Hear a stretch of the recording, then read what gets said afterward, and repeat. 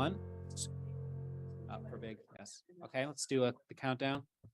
5, 4, 3, 2, 1. Recording in progress. Welcome everyone to this evening's school committee meeting. It's great to see so many people here in person. We look very much forward to hearing from you when we get to your portion of the agenda. So why don't we go ahead and get started so that we can get to you quickly. Our first item is administrative business, the consent agenda.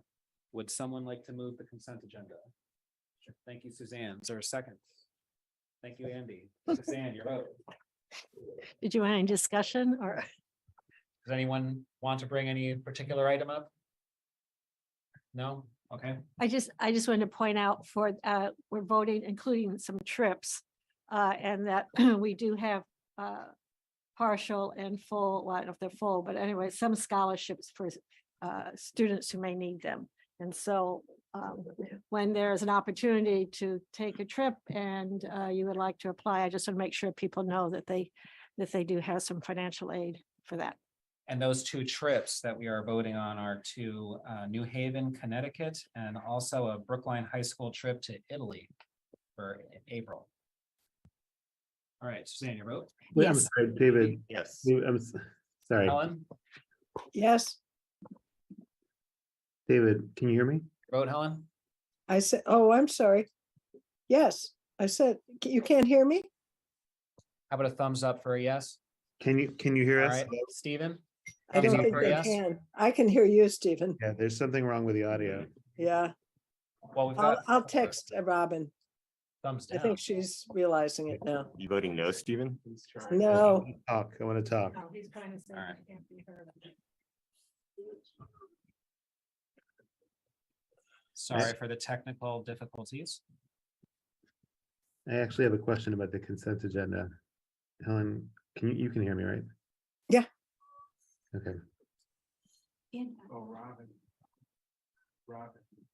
where is the consent?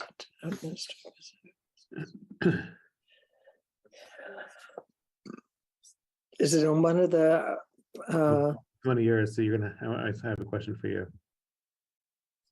for me? Yeah, it's the $80,000 one. I was confused about Stephen, it. can you hear me? Yes, I can. Okay, so can you put your thumb up if it's a yes on the consent agenda? No? All right. So which one is it though? So I can at least look at it. I'm gonna pull it up for you. It's the one. I'm looking at all of the consent agenda now. Yeah, I'm pulling it up. It's the one with an extra $80,000 that we're approving. And it's for, I think it's overtime that resulted from a 17-week delay. It's the one that's the WRA Amendment 2 dated October 17th. Yeah, I got it. Do you think you could explain that to me while they're Oh, right. I Okay. just didn't understand what that was.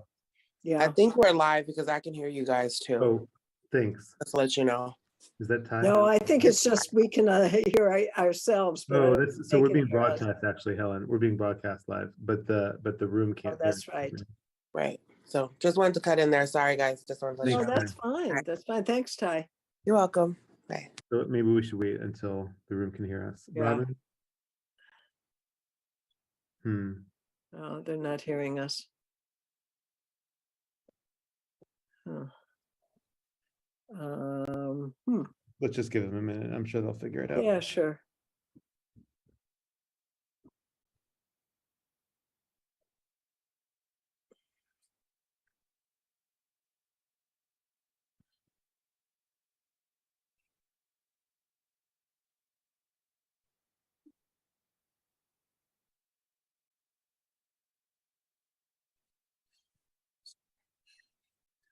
Hey, Nancy.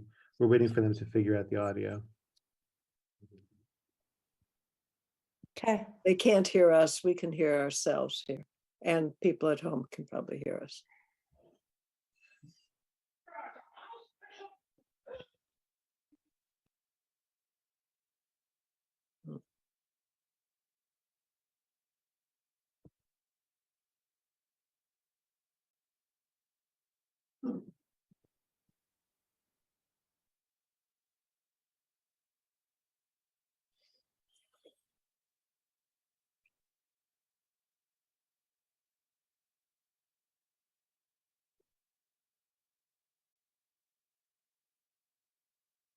those who are remote, we have 30 people in the room with us right now, waiting for this technical problem to be overcome. Thank you. We Oh, could- there you are, Helen. Oh, you can hear me. Hi, everyone. Oh, can you hear us? Hi, everyone. Okay. All right, so we were in the midst of a vote. Stephen. did Sorry, you have a David, question I had a about- question about the consent agenda before we take the vote. Sure. On, if you don't mind, on the item entitled WRA Amendment 2, 29 recommendation letter, that was for the $80,000 fee to extend William Ron Associates contract to December 23rd, relating to a 17-week delay. So I read through it a couple times, but I didn't understand exactly why I the can delay explain. led to that amount. Go ahead, So, Helen. yeah, I can explain what happened here. The high school third floor was supposed to have been finished by September. It is now going to be extended through December. And this is the fees for administration, making sure that the contractor, none of this is for the contractor. It's for William Ron Associates and the people who work with him. GGD is the electrical HVAC specialist. William Ron Associates is the other one. Niche is also involved with a number of those items of electricity, and I think both of them, GGD and Niche, are in that capacity. One is working probably on some of the other high school part, and one is working on the third floor part. Lemonbrook is their landscape contractor. And as you can see, they took a 20%. So these are their annual fees, their monthly fee rate. I don't know if people are looking at the same thing that I'm talking about, or I'm sorry, because I'm looking at it, but I just realized maybe nobody else is looking at it. No, so there was two documents. There was the letter to the project manager, and then there was Right, a breakdown of the costs. right. That's described what I'm the talking delay, about. And the description of it referenced various meetings that they would have to attend to coordinate the continuation of the work, because they had Right. expected that this would happen with a much shorter delay. And I didn't understand, forgive me, I didn't understand why the cost was what it was to continue the work through December. For the additional 2 months, Yes. because the contract was through October, the end of October.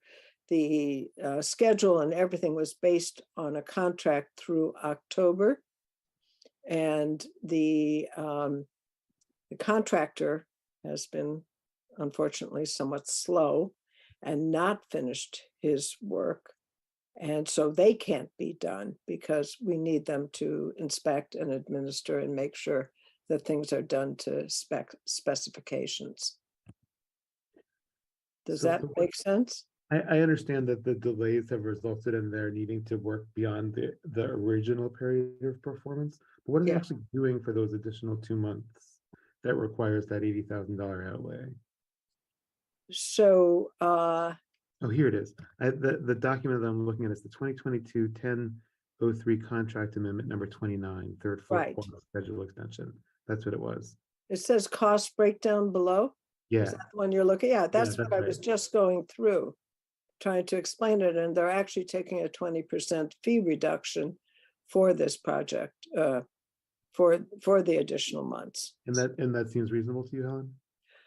Look at, I'm I asking- think the contractor not- should have I wasn't finished on critical. time and we wouldn't have this cost.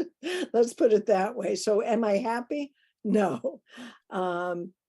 Do I think, I mean, I think the building commission also, highlighted it. I think that's why we got the 20% Yeah. fee reduction. We need them to finish the project. I mean, that's as much as I can say. Am I happy? No. Okay, thanks for the explanation, Helen. It just, I didn't You're understand it. That's why I wanted to raise it. Yeah, no, I appreciate you asking. It's important because this is our responsibility to look at these bills and understand them.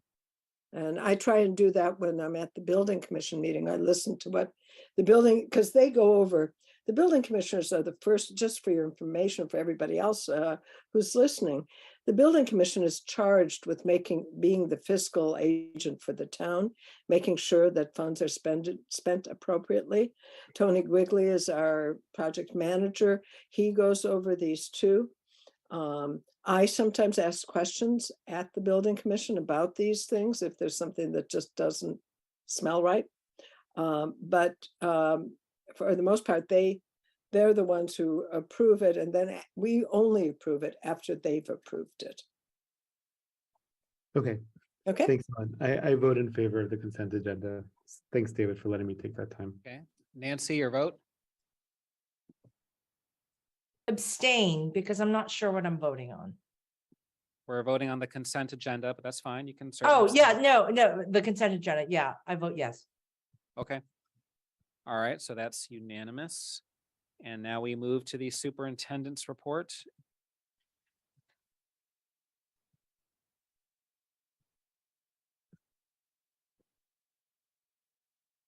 Good evening, everyone. So great to have you all with us this evening. We're going to take you through some of our activities from our last time that we were together. So we're going to walk through some upcoming events, look at some highlights, talk a little bit about the superintendent school visits, share some information about the renaming of Heath School, and then get to our featured item tonight, our spotlight on excellence. So this is Happy Diwali. We want to acknowledge members of our community celebrating this cultural tradition.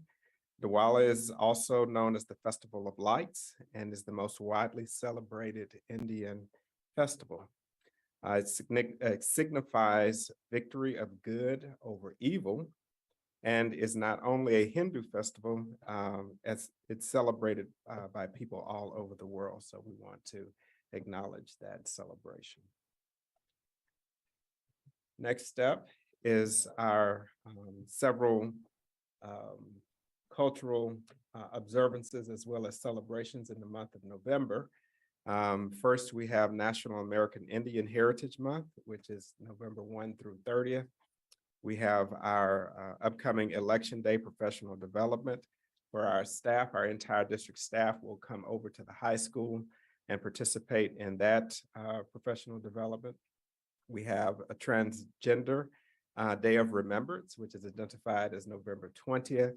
And we have Thanksgiving, as well as it's also known as a period of a National Day of Mourning.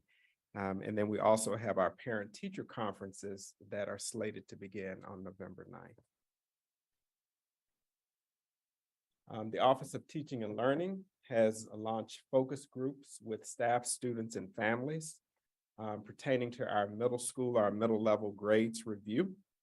And this started on October 20th and will continue various focus groups. Students in grades 5 through 8 participated in the cross-country meet over at Lars Anderson. And that was a great event. And there are some shots that are on the screen, as well as we put some there on social media.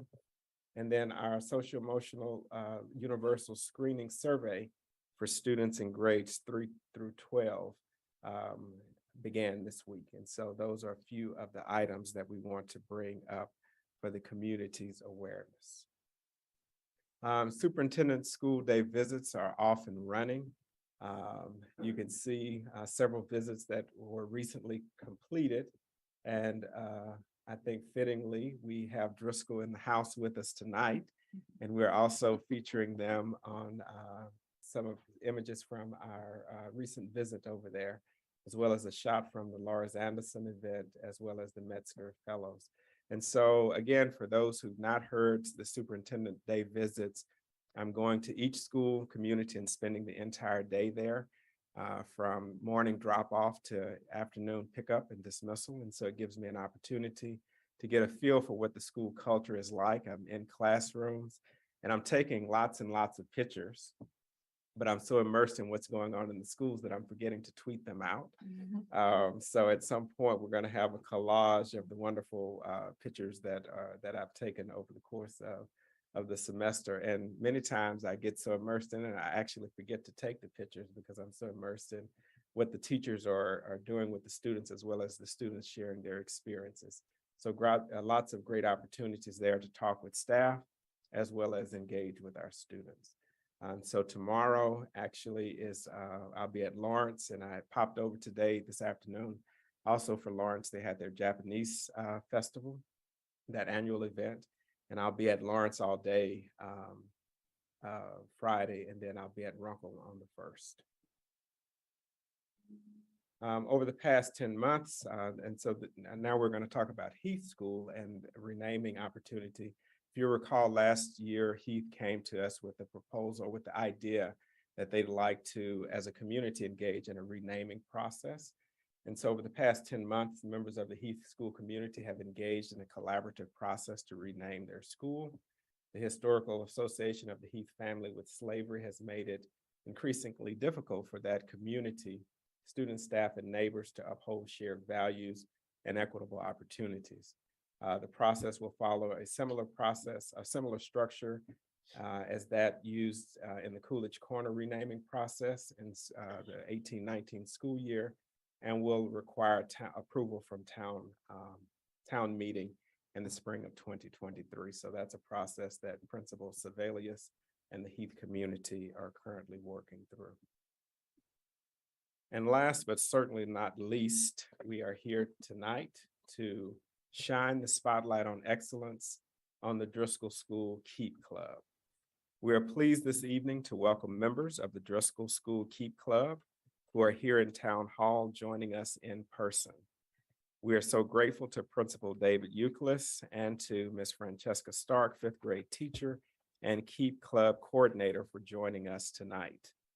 KEEP stands for Kids Expect Environmental Protection, and the grade 5 through 8 members of the club advocate for environmental protection and sustainability and work to educate their peers and the broader community about our vulnerable ecosystem. With a focus on reducing single-use plastics, river and ocean cleanup, and the bird sanctuary and garden at Driscoll School, among other efforts, KEEP Club members are terrific examples of student leadership and civic responsibility. We are proud to shine the spotlight on excellence on Driscoll Keep Club this evening.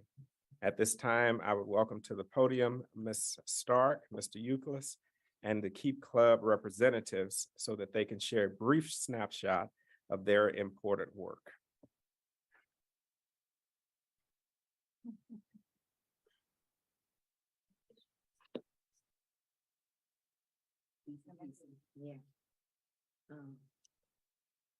Is it possible to take down the slideshow so that we could see them?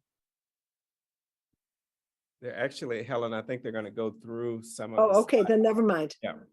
Oh, yeah. So you won't be able to see them if you see the slides? Is that right? So it's one or the other?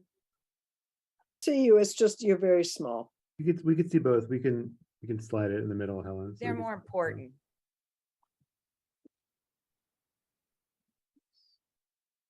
Betsy Fitzpatrick to the rescue. I'm telling you, yes, it's true.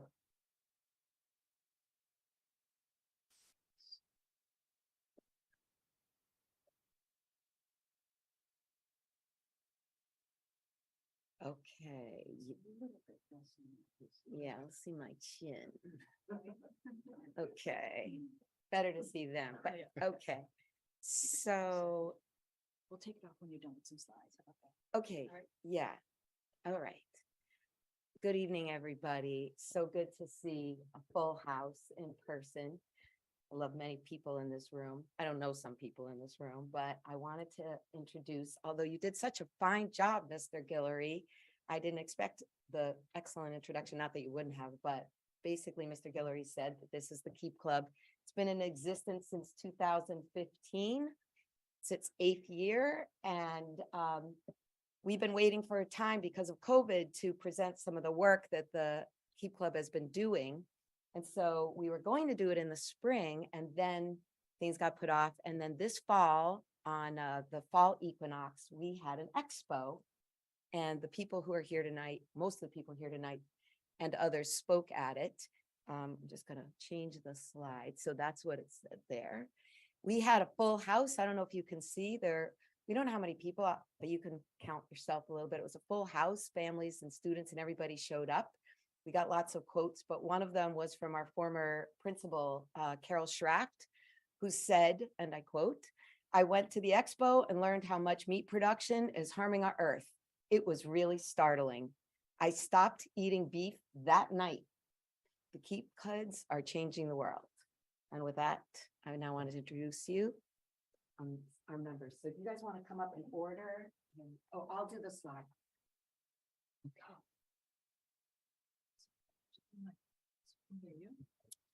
Hello.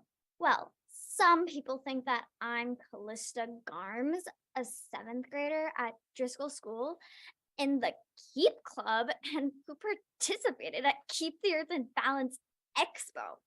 Well, in reality, you inferior human beings, I'm plastic, aka your savior. So there's this environmentalist, well, she is saying that I am bad for the environment. She is saying that, oh, I'm made from fracking and that causes cancer and pollutes water and companies are using way too much and it all just ends up in the environment. Well, so yeah, that is true, but are you really gonna change everything about your life just to save a couple of polar bears and birds and fish and turtles? Ugh, whatever, the list is too long anyway. What I'm saying is use plastic. It's the solution. Oh, here's Grace, here to spread some more false rumors. Hello, sorry about plastic. Hello, my name is Grace Lesbranche-Renard, and I'm a 7th grader at the Driscoll Keep Club. I was part of the Keep the Earth in Balance Expo. There were presentations and games to help families learn about how to protect the environment. I was the co-founder and co-runner of the game Poseidon Pickup with fellow keepers Callista Garms and Hannah Lee. Since last May, Callista and I have been building the game with my father. In the game, you use a trash grabber to grab trash out of the ocean. And the funny part was, Callista was under the ocean, riling up the sheets to make the trash bounce around and get harder to grab. If you did well, you would get a prize. The point of the game was to encourage ocean cleanup and show that we should get plastic out of the ocean, as it will help save our planet. It also showed that taking trash out of the ocean would have many benefits. The game brought a lot of people to the Keep Club Expo and kept them there. And now for the composting club.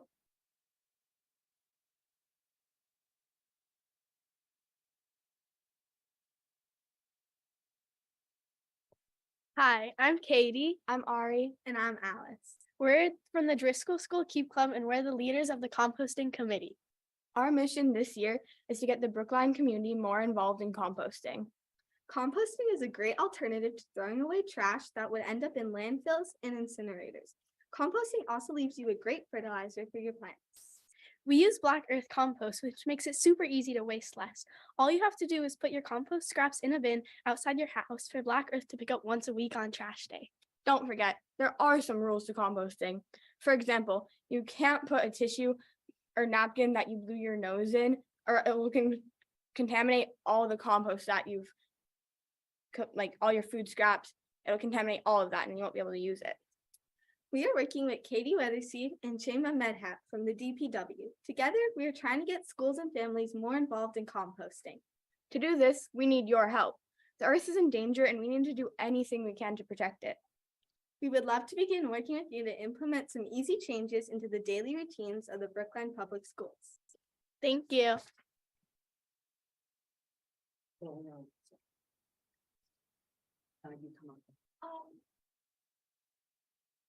Hi, I'm Cecilia. I'm in 7th grade and I joined Keep Club this year.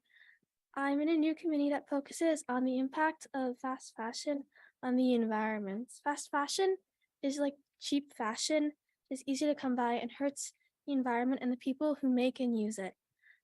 I really like fashion, so I want to make sure that the clothes I and everybody else wears doesn't pollute the environment with toxic dyes that come out of clothes whenever we wear them, or the microplastics that come off our clothes into the air when we wear them, and more. Most people don't know about the effects of fast fashion, or even what fast fashion is, so I want to educate people about it.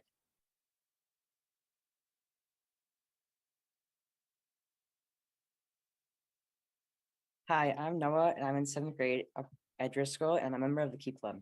My name is Nam. I'm also in the 7th grade at Driscoll and a member of Keep Club.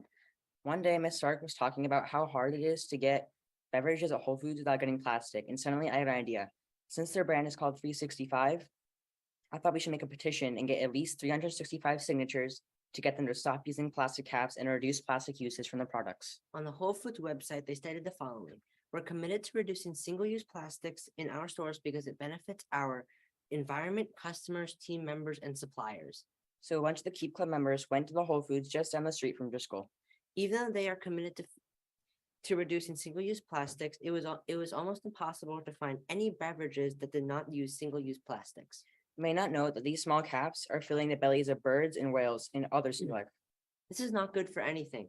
It will mess up the ecosystem and food chain. Because we are at the top of the food chain, we are eating microplastics ourselves. There are options that don't use single-use plastics, like a cardboard carton or metal. Whole Foods could do it too. They need to match their words with their actions. That is why we're asking you to talk or write to Whole Foods and to sign our petitions. We currently have 216 petitions signed. We are getting there. Thank you for listening to our presentation, but we're not done yet.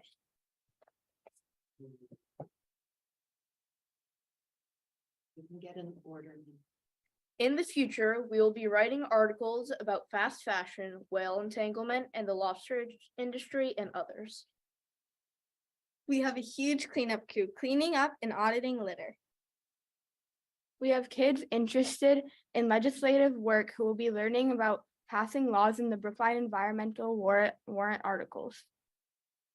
We have KIT, Keepers in Training, educating younger students. We have Science and Natures to help educate others about our ecosystem.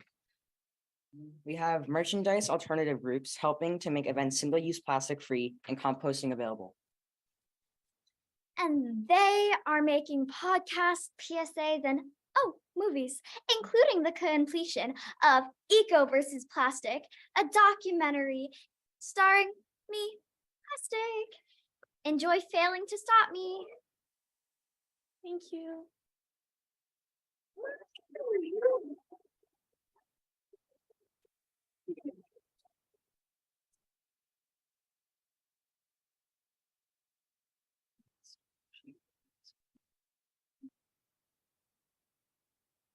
So I just want to say how proud I am of our Keep Club members. Ms. Stark for leading our future leaders. I cannot say how important it is for us to pay attention to our environment, but also to come up with real solutions. And our students are really thinking ahead and how we can affect real change in our environment. So I just want to applaud our wonderful students, our Keep Club members, Ms. Stark for leading our students and for being such an important part of our Driscoll community. And we hope that all this work spreads to all the other schools. So thank you all. And thank you, school committee members.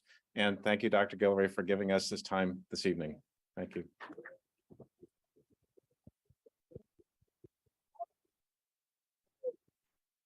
Thank you very much to all of you for that outstanding presentation. It's very inspiring to see your zeal and advocacy for environmental initiatives and reforms.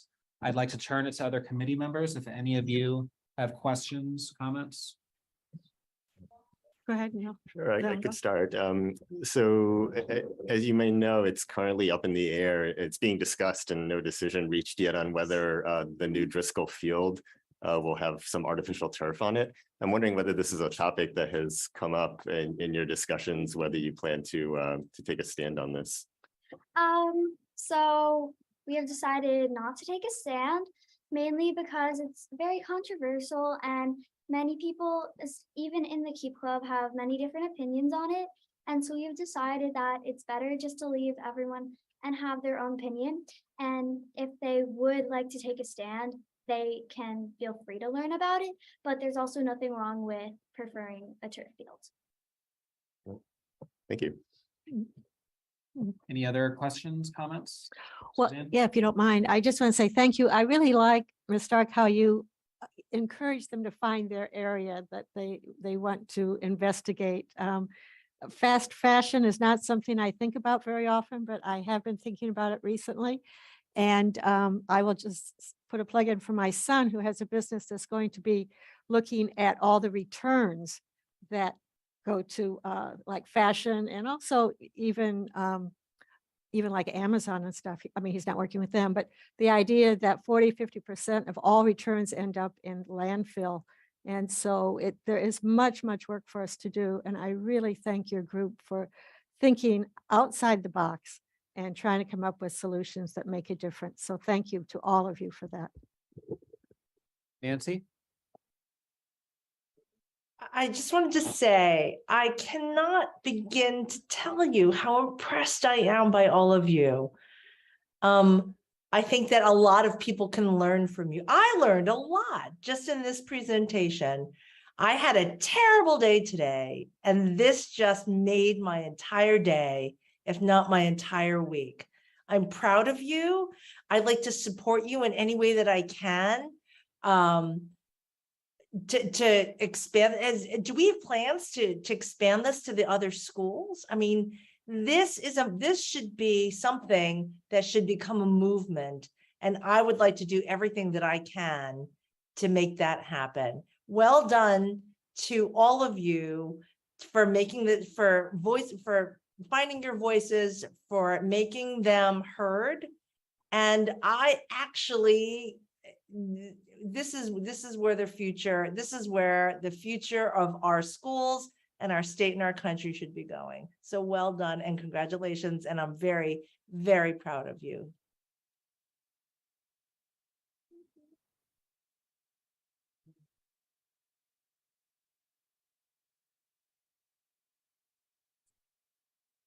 Oops. Hello? Oh, someone else? Oh, sorry. All right, so you are going to be presented with the Spotlight on Excellence Award, and we would like to pose with you for a picture along with your award.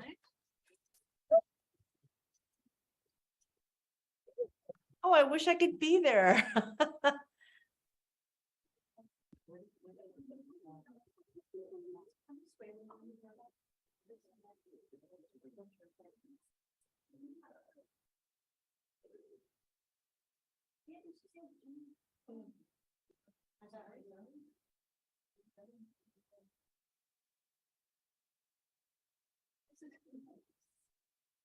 Tonight, the public schools of Brookline shines the spotlight on excellence.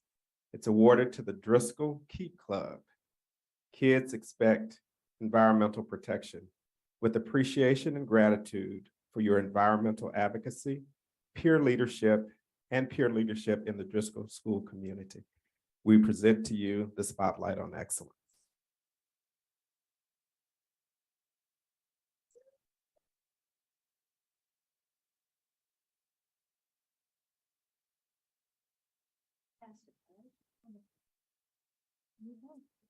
Congratulations.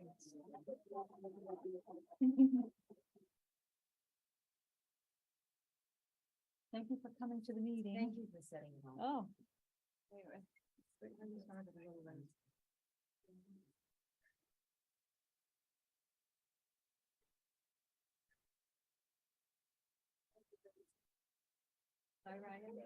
Yeah. Thank you, everyone, for coming. All right, regarding the rest of the superintendent's report, do school committee members have any questions? One thing I would additionally like to add We have been keeping a close watch on our COVID numbers as well. Last week, we captured 28 COVID cases, and this week we're looking like approximately 20 or so.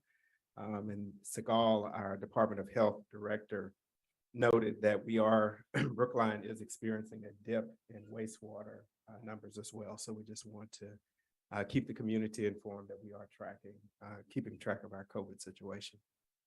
Linus, a dip in wastewater, the rest of the country seems to be going up. Do we have any theories as to why that is?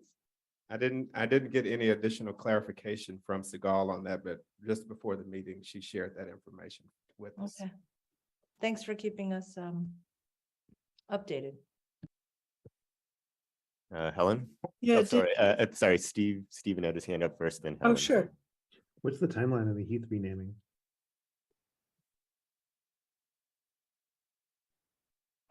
We couldn't hear your question, Stephen. What's the timeline on the Heath renaming? The timeline on the Heath renaming.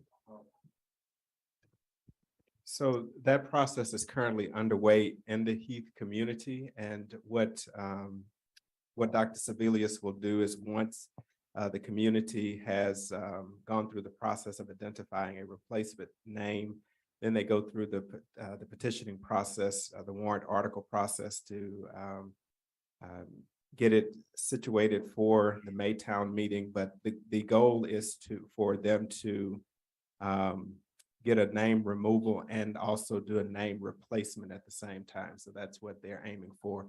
And the goal is to have that identified by May of 23. Helen?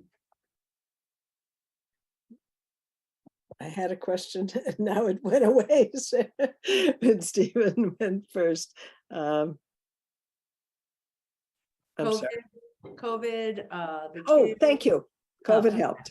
I'm wondering, Dr. Guillory, whether you spoke with the health department chief about RSV, the other virus that seems to be going around. Was there any discussion of that? No, we haven't. We didn't discuss that at this moment, but Tricia Laham is certainly leading us on the front lines on those. But we're keeping our eye on it as well for the potential impact to us. Yeah, I don't think it affects. Yet. Yeah, I don't think it affects kids that much from the age groups that we have, but just curious.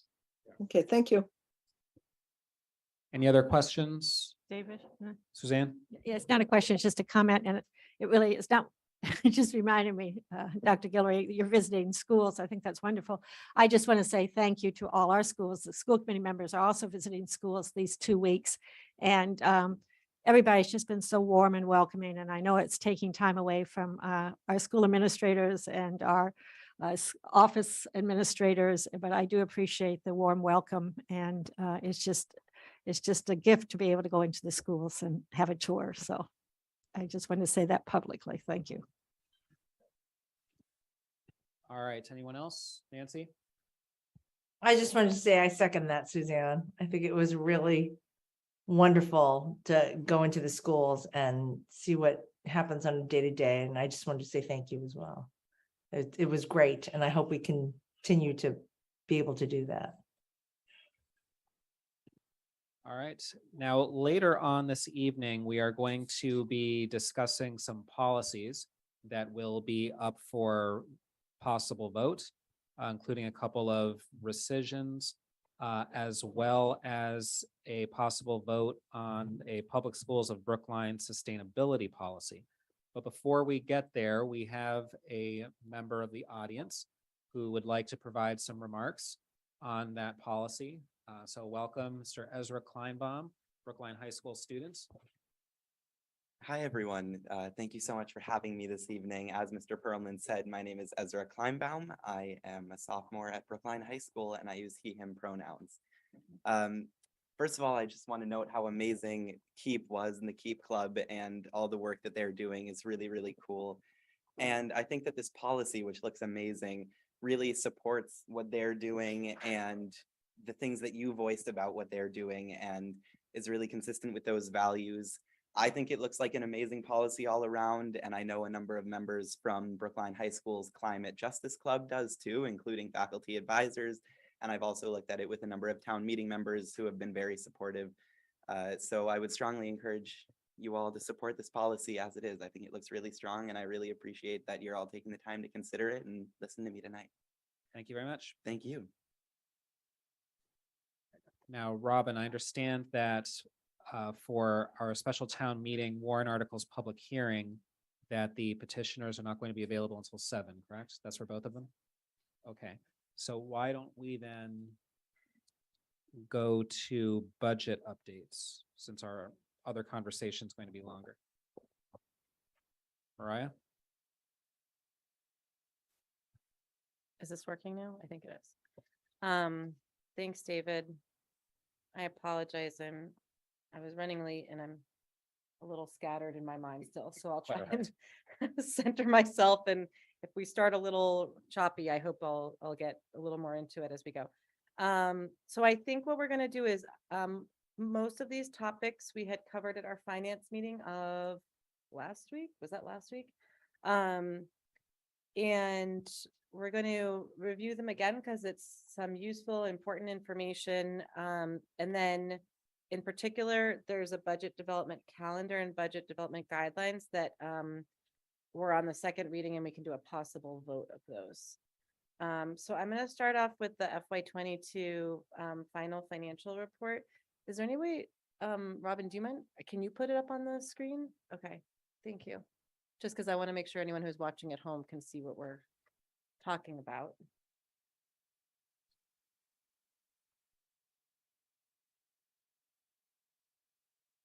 Or if I had the Zoom link, I could do it, but that is the one. Is there any way to make it bigger, more legible? Like if you click on the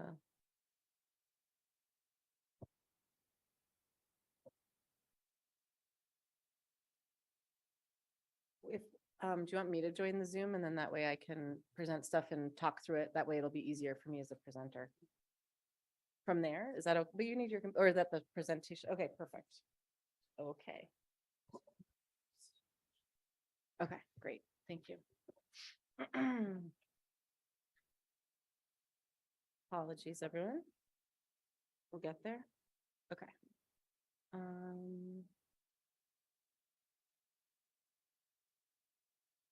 Okay, hopefully that's a little more legible. I'll make it a little bigger. Oop, not that bigger. Okay, that's what we're gonna get.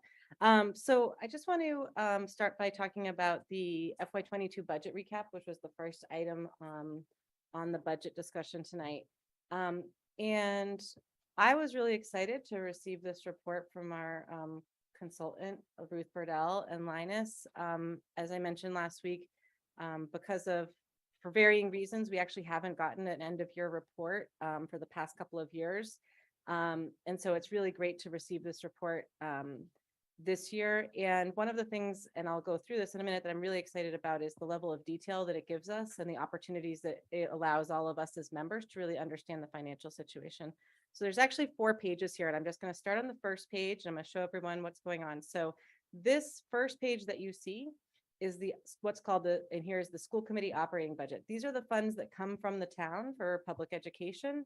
And you'll see that the following pages talk about other sources of funds. So I'll get to those in a minute. But what I want to show is that you can see from this that we actually have our revised budget. We had an original budget from May, the May town meeting in the previous year. It was revised in November of 21. So May 21, we had a budget. November 21, as is typical, the budget gets revised. And then you can see that there was an expended amount and an encumbered amount, which means expenses we think from the previous, from FY22 year, which haven't actually been, the bills haven't arrived yet. And so there's, but that balanced, that zeroed it out. The town allocation was completely spent. And I just want to show that, I want to reflect on one thing, which is that you can see, and I just want everyone to see this, how heavy the budget is in terms of personnel versus non-personnel, non-salary expenses. Very heavy, and that is one portion of the budget. Now I'm going to go to the next page, and I'm going to zoom out a tiny bit so you can see the whole thing. And this is where things start to get much more complicated, but also very interesting. So what you're going to see here, this is the first of grants, the first section of grants. There's another page on grants. And so what you can see is this is actually broken down so you can see our federal grants and our state grants on this page. And what you'll see is that there's an FY21 fund balance. So on June 30th, 2021, you can see how much was in those accounts. Then the next column over is FY22 revenue received. So the money that was available that we received during the past fiscal year. You add those two up, that tells you how much you had to spend in FY22. That's the available funds line. And then you can see again, expended, how much was spent, encumbered, how much is expected to be spent still, but the bills haven't come in. And then from when you subtract those two from available, you see the ending fund balance. I want to highlight two things here. One is that some of these accounts have what's called revenue receivable. So when you look at this, you say to yourself, why don't we just look at the fund balance? The government works where sometimes they give you the money and sometimes they give you basically, it's almost like an IOU. And so what the revenue receivable is the IOU portion of this, where when we submit a bill for it, they will give it to us, but it's not actually in our accounts yet. And so you can actually see the funds available for FY23. I just want to highlight the ESSER. You see that in FY22, and I think this will show up on the Zoom, the 611,000 figure here, but the federal government, we still have a revenue receivable of $2 million on that. So the total ESSER we still have is $2.6 million. You can see all the way over here. And I just want to highlight that for people because it's going to come back up later on. Scrolling down, sorry, the Zoom thing is in the way here. Let me move it out of the way. You'll see a lot of our other federal grants that are here. Many of our entitlement grants are here. These are restricted funds, so they have specific purpose. I just want to highlight to people that there is certainly a large balance there, but it's not necessarily like we can just use it to pay for any specific thing. They have very targeted purposes, and there's other restrictions on those funds. You can go down and see the state grants. So circuit breaker, METCO, some programs around COVID, mental health, and other programming. Those are our state grants. So you can see the status of all of those. I'm not going to go through the columns, but you can see where those are at. Most of those, except for circuit breaker, are restricted. You can see, so just to highlight, the ESSER funds are unrestricted, circuit breakers unrestricted, but most of them are very restricted. And then ultimately our private grants is on this third page. You can see what those sources are. And again, the columns of where you started, the money we got, the money we spent, and where we ended up at the year. And then this last part that you see here is revolving, and this will go on to the next page, revolving funds.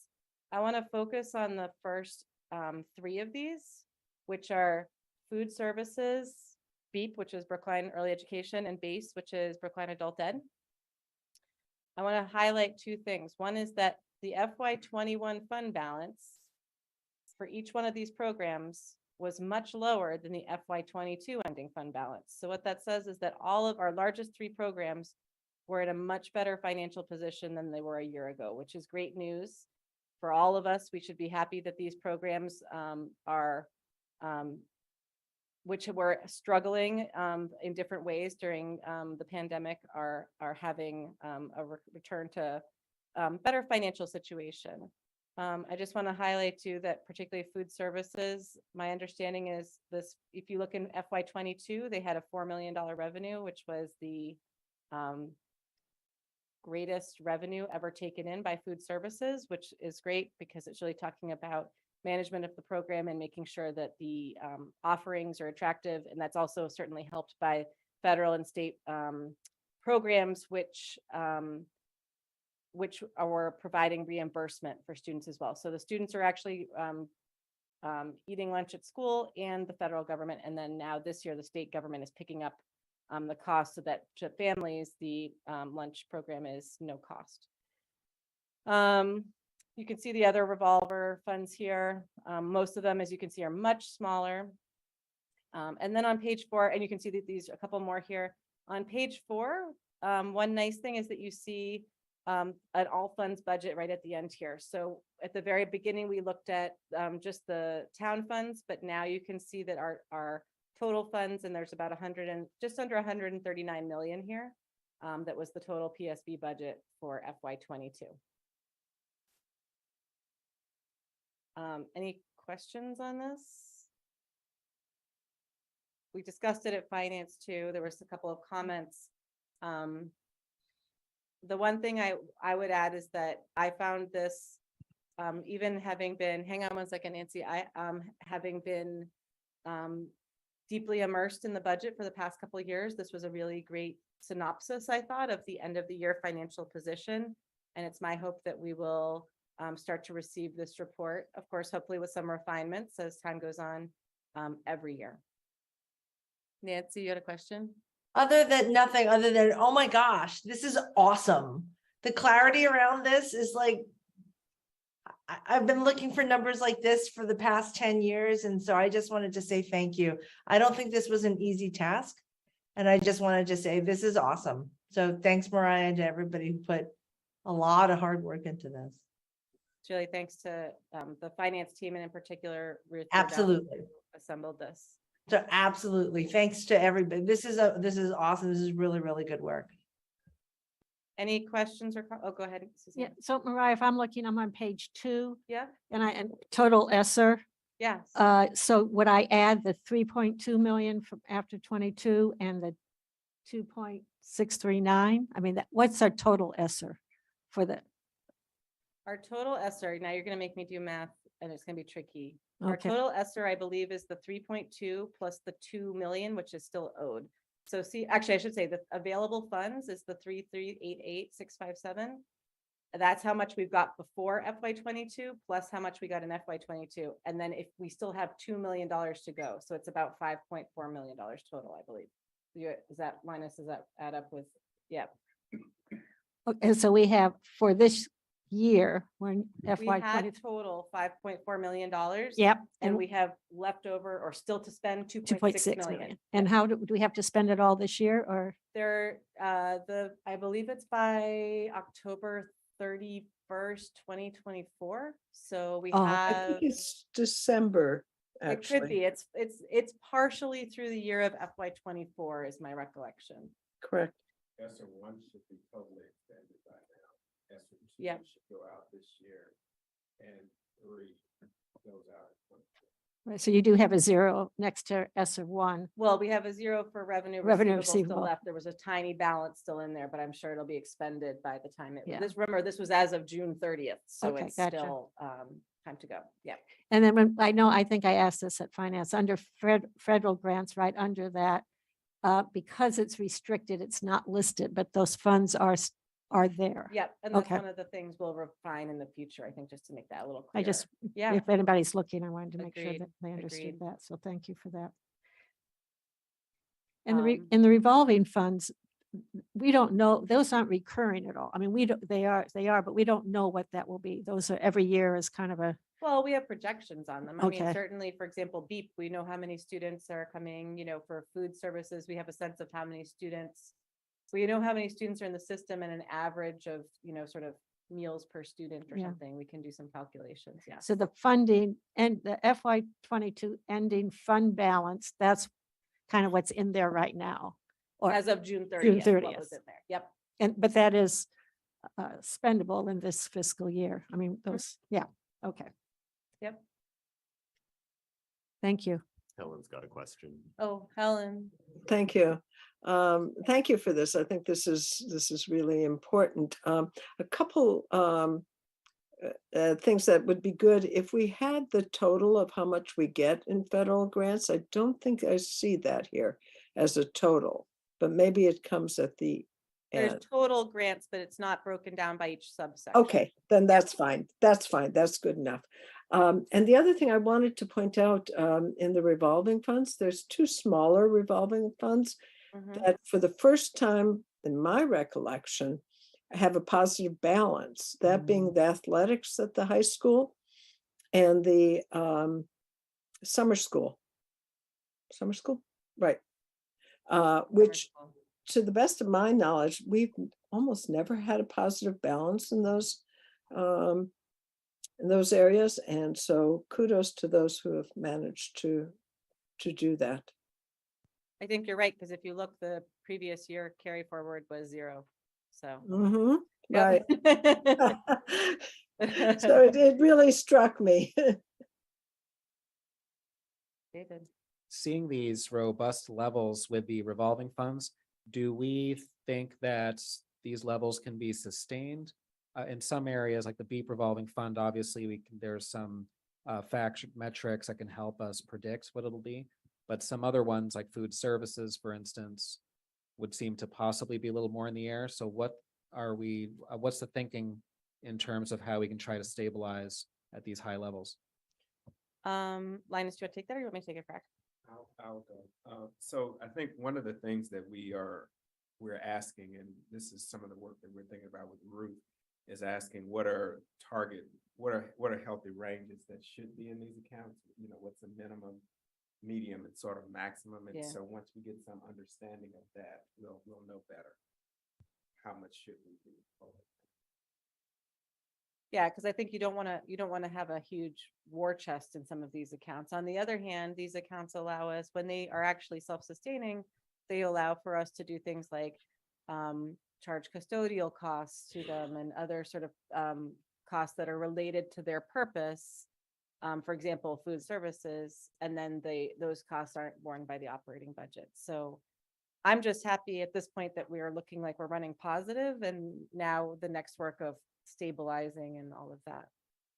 And the other piece too, some of these funds, you know, they expend their money at different times than when they get their revenue.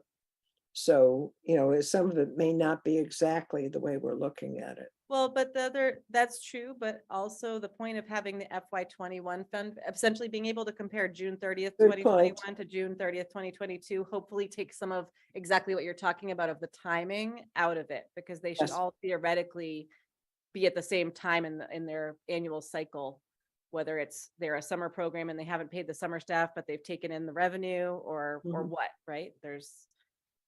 Yeah, good yeah. point. Okay, I'm going to stop this sharing. And I'm going to go to the. Wait, Mariah, I have one more Oh, question. sorry, I didn't see you, Stephen. Go It's ahead. okay. Yeah, just echoing, this is really impressive.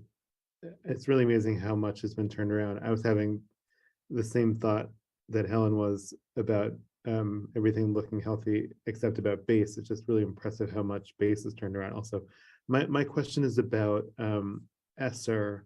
Is there an easy way to tell, Mariah, once ESSER funds are exhausted, what the hole will be in the budget, looking at this document, or will that require? I think you're ahead of where we are.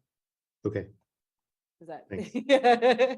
The reason I'm asking though is like I'm very encouraged by the trends here, but I also don't want to give a mistaken impression of total fiscal health resulting from the work that's been done that might obscure the fiscal cliff that ESSER is currently helping to paper over. Well, one of the questions, to your exact point, if you recall, at the end of FY22, and we'll get to this in the Q1 report, but let's talk about it now. We had thought we were going to have $1 million in ESSER to carry over into FY23. But as you're seeing from this report, we have $2.6 million that we've been able to carry forward from FY22. And so, and part of that is because we were able to obviously realize efficiencies in other areas. And part of the question is, were those one-time efficiencies or are they recurring efficiencies? So there's a lot of analysis, I think, that needs to go into that question, because that speaks directly to the sort of ongoing structural deficit that may or may not exist. Okay. It was very spooky. Thanks, Brian. That helps, Stephen. Let's just keep going. Okay. I don't know what do I do here? Sorry. That's not it. Should I go so that you can?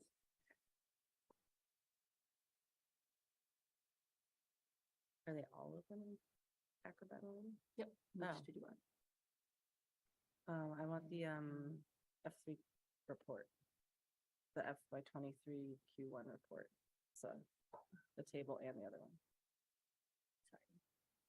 Another one that's not here. There should be, no, none of, this is the calendar and the guidelines, but there should be the FY23, the Q1 financial report. There was a table. They're in the packet for sure. Yeah, it was in the packet. There's two, one's labeled memo and one's labeled table. Okay. Yeah. Yeah, exactly.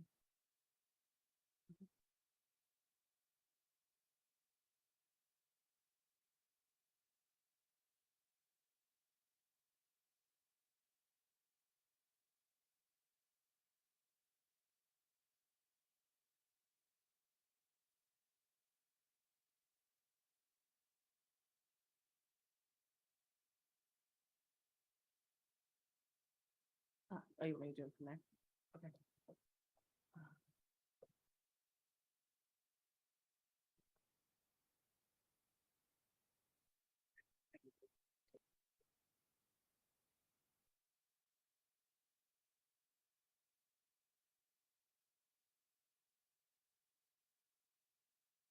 Yeah, I'll close it. And then I think when I click share again, it should pop back up.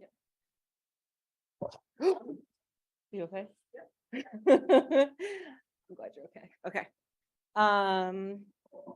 Let's go to the table. Okay, this is the FY23, so our current fiscal year Q1 report. Let me make this a little bigger so people can see it. So this provides a little bit more breakdown.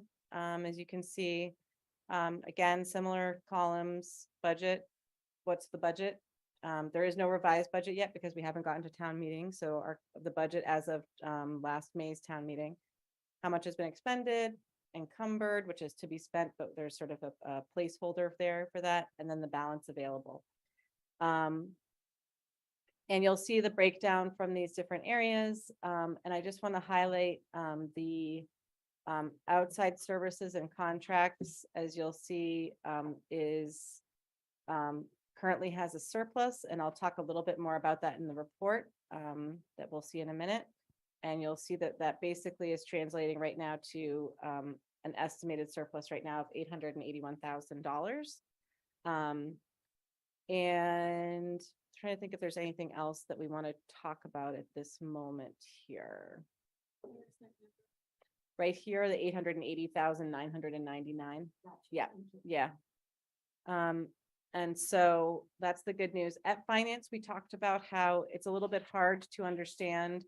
It's all well and good to see what fraction has been spent, but we don't necessarily have any data on whether that's trending exactly the way that we would think it is, or how it compares to previous years. You can see that there is an estimated surplus here, but yes, it would be helpful to have, for example, even year-to-year comparisons of what percentage of the budget in that area has been expended. So again, we're getting better reports, and we continue to refine our reports. Because first quarter isn't necessarily 25% of our budget because it's mostly summer.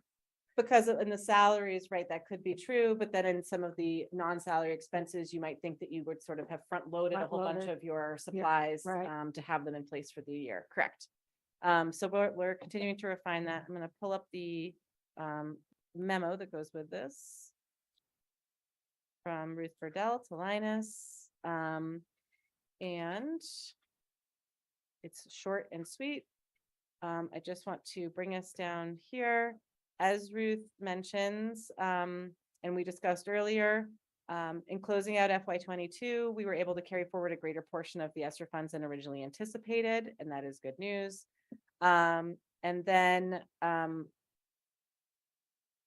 she projects that basically all of the non-salary budgets will be fully expended, and that Office of Student Services, which is always tracking the out-of-district tuition compared to what we were thinking it would be. And right now it looks like a surplus of 881,000, which is that same 881,000 you saw in the other document. And I think that's basically it. There's not a huge amount to report on the Q1 right now. Any questions on Q1 beyond what we've already talked about with the ESSER and other things?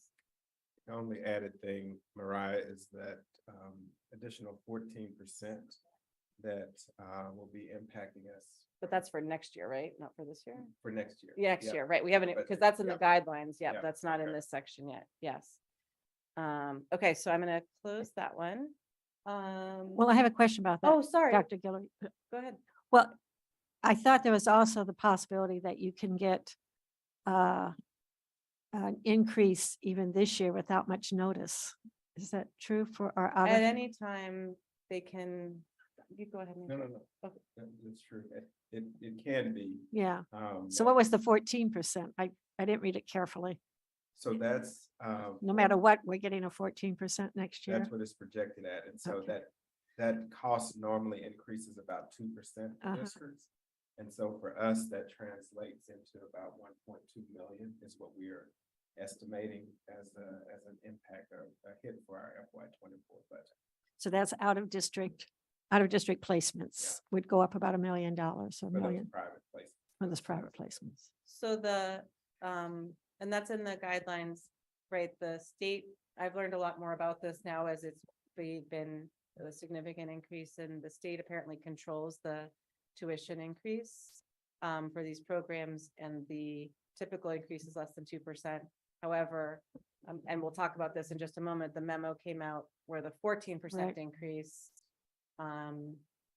And then that would be in addition to the reconstruction costs, which are when a program essentially applies to the state to have its entire tuition structure reevaluated and adjusted beyond the sort of standard rate of inflation. Right. increase. So that can happen at any time. That can, right, and then there's the additional, there's the standard sort of increases. Right. In which we're having there's the ordinary increases, we're having an extraordinary potential increase this year of 14%. Right. They're trying to prepare us for that. Yeah. Yeah. Okay. Thanks. Okay, next item is the budget calendar. Let me pull that up. And this one, Robin, do we do separate votes for these? Assuming we do a vote, we should run them separately. Okay. Apologies, I'm gonna find the calendar. So you all have seen this before. Make it bigger again. And I want to highlight that this is a combination of the working document of my tracking of all the different things that we're doing in finance. But last year we decided to highlight sort of the calendar, the official calendar is these 4 dates that you see at the top. Since the last time we've discussed this in full school committee, there's the first date, which had not been, we had the month, but not the specific day. And now we have a specific day. So the 4 dates I'm going to review that are in the official vote are January 13th, we would receive the initial budget book from the superintendent. January 19th would be the formal presentation by the superintendent to school committee of the FY24 book or of the request. February 2nd would be the public hearing, which is a state requirement, public hearing on the FY24 budget request. And then February 9th would be our vote to send it to the town administrator. And so those are the 4 dates. Any comments or questions? Suzanne? When do we get our amount from the town? November sometime. Okay. Yeah. Mid-November. Any other questions or comments? It doesn't sound like a lot because there's a lot of other dates that are going to be happening here, and especially if we are going into an override season, this reflects like it looks so simple, and there's a lot of stuff in the back end on this. So do we want to take a vote? Are people comfortable taking a vote on the calendar? So at this just point? Oh, go ahead, Helen. yeah, I'm sorry. One thing to keep in mind, the state budget this year will probably be delayed because to the best of my recollection, when there's a new governor, they get an extra month to figure out what their budget is, what House 1 is, the governor's budget. So that will even complicate things more. That's all. I just want Otherwise, to they add have one to have it. thing. Thank you, Helen. I just want to add one thing, which is not in this calendar, which is that in addition to the public hearing on February 2nd, There is also public comment on January 19th following Linus's presentation. And again, this is part of our effort. And Stephen, I think you suggested this last year. And it was a great suggestion to increase the ability of the public to provide input into the process at multiple points, and to allow for us to have earlier public comment rather than hearing from the public only on the second and then having to take a vote just 1 week later. So it gives more time to the process. Yeah, if I could just say a couple things more, because of the late date of the governor's budget, it sort of really messes with our ability to know how much money the town will get and how much we'll get, in terms of, our budget. And even the February 9th budget will be a stretch to get to that. Well, again, there's a different, I mean, these are our expenses, not the revenues, right? So we're going to be projecting, it's an initial budget. And there'll be just like every other year, there'll be a big process to reconcile with over time with where we're at. Yeah. To get to hopefully an alignment of revenues and expenses. And of course, the override itself, if there is an override, would be a whole nother layer on top of all these other moving parts. So do we have a motion to? Could I ask a question? Yeah. Again, so the February 9th is sort of the school committee action when we would vote to send it upstairs. Is there a deadline on the town side that is forcing that deadline on our part? There is, we looked at this last year and it's February 15th where I think it's the superintendent sends the budget to the town administrator. Okay. Yeah. I think it's a town bylaw, actually. Yeah, it's a town bylaw. I see. Okay. Thanks. But again, it's not our final budget, it's the initial budget request. Any motion to? I'll move it. Okay, Suzanne, will you second it? Okay, should I take the vote, David, or are you taking the vote? Okay, Suzanne? Yes. Andy? Yes. David? Yes. I don't know who's on, Helen? Yes.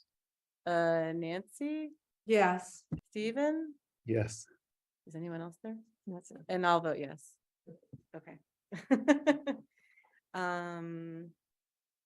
Okay, next item, thank you. Next item is the budget guidelines. This is actually this is gonna be my favorite part of this whole thing. Okay. I guess I'm really in the right seat, right? If I'm like excited about the FY24 budget guidelines, I know it's an illness.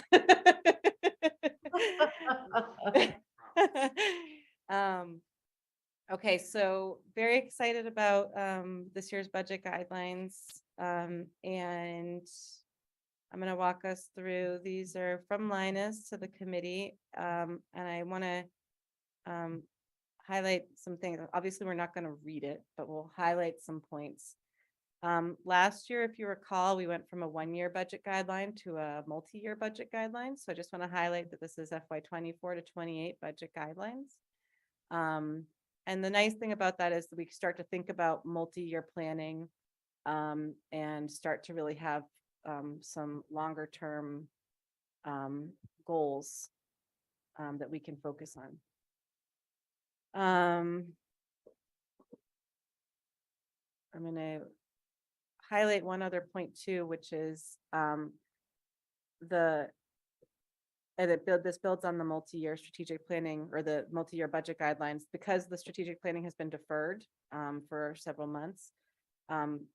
This is a really great also sort of vision and a statement document that will help. And I think it will be ultimately pretty aligned with where we're going to be thinking about strategic planning too. So that is good. We have 5 guidelines that we're thinking about that have been articulated here by Linus. And I just want to highlight a couple of changes that were made from the first draft of these.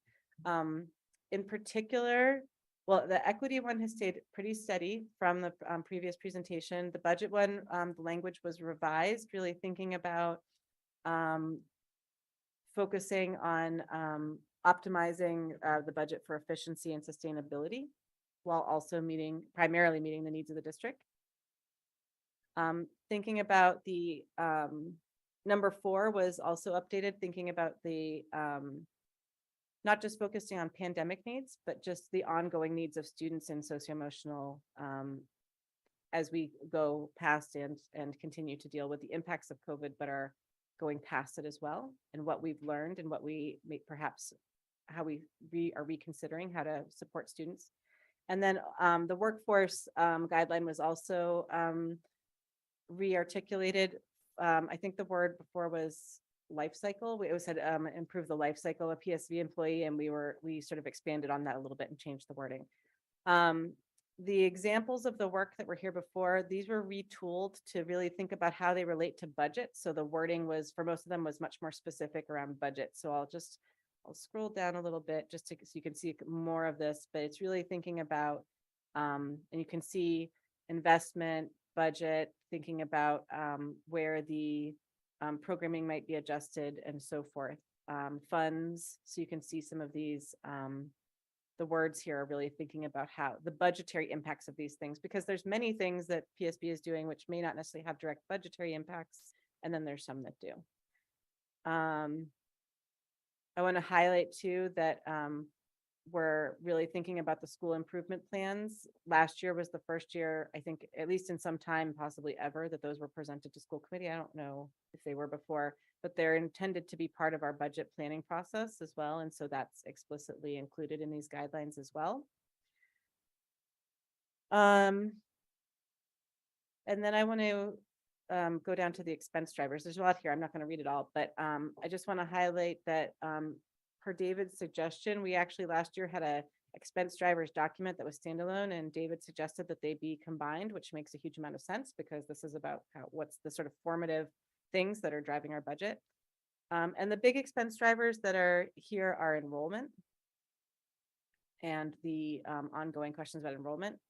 And how to handle enrollment, classroom sections, school size, et cetera. I'm not going to read all of it, just that's a big topic. Contractual obligations also, and how we continue to adhere to contractual obligations while staying within the ability of the town and the district to support the contracts. Inflation, which is on everyone's mind. And then out of district expenses. This is where the more detailed description is, Suzanne, of some of the out of district costs. And as Linus mentioned, this is estimated right now to increase the district out of district tuition by about $1.2 million.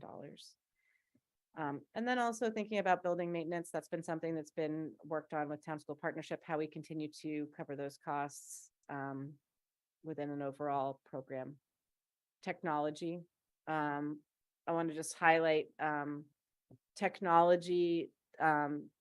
Last year, we had been talking a lot about laptop leases, which were all going to be renewed. And some of those did get renewed. And it looks like things were able to be renewed within the price, but one big area that's not being maintained that we had flagged last year but hadn't fully addressed was projectors, because the projectors are put in the buildings, but they only last a certain number of years and they need to be renewed. And so we've talked a lot about how those it's at this point it's critical, and we need to make sure that those are funded in the budget. Otherwise, if we don't have classroom technology, it's just a huge miss in the classroom supports. And then we talked about revenue drivers as well, and where we're at. And this is these are trends that have continued from last year to this year. And because we are moving this drivers document up to in advance of when we receive the town budget and the state funds, we don't necessarily have an update from what this was last year, but it's important to have the discussion here. And so that's also included. Talked about circuit breaker. And again, this past year, we got higher circuit breaker from the state, but we're also looking at a 14% increase in our what tend to be the biggest contributor to extraordinary special expense funds or special education costs. And then the revolving funds, and we talked about that also, that they've been disrupted. They're returning. It looks like they're returning to better financial stability. And then ESSER and what we'll be doing with our ESSER funds. So that's the guidelines for this year that we discussed at our last finance meeting.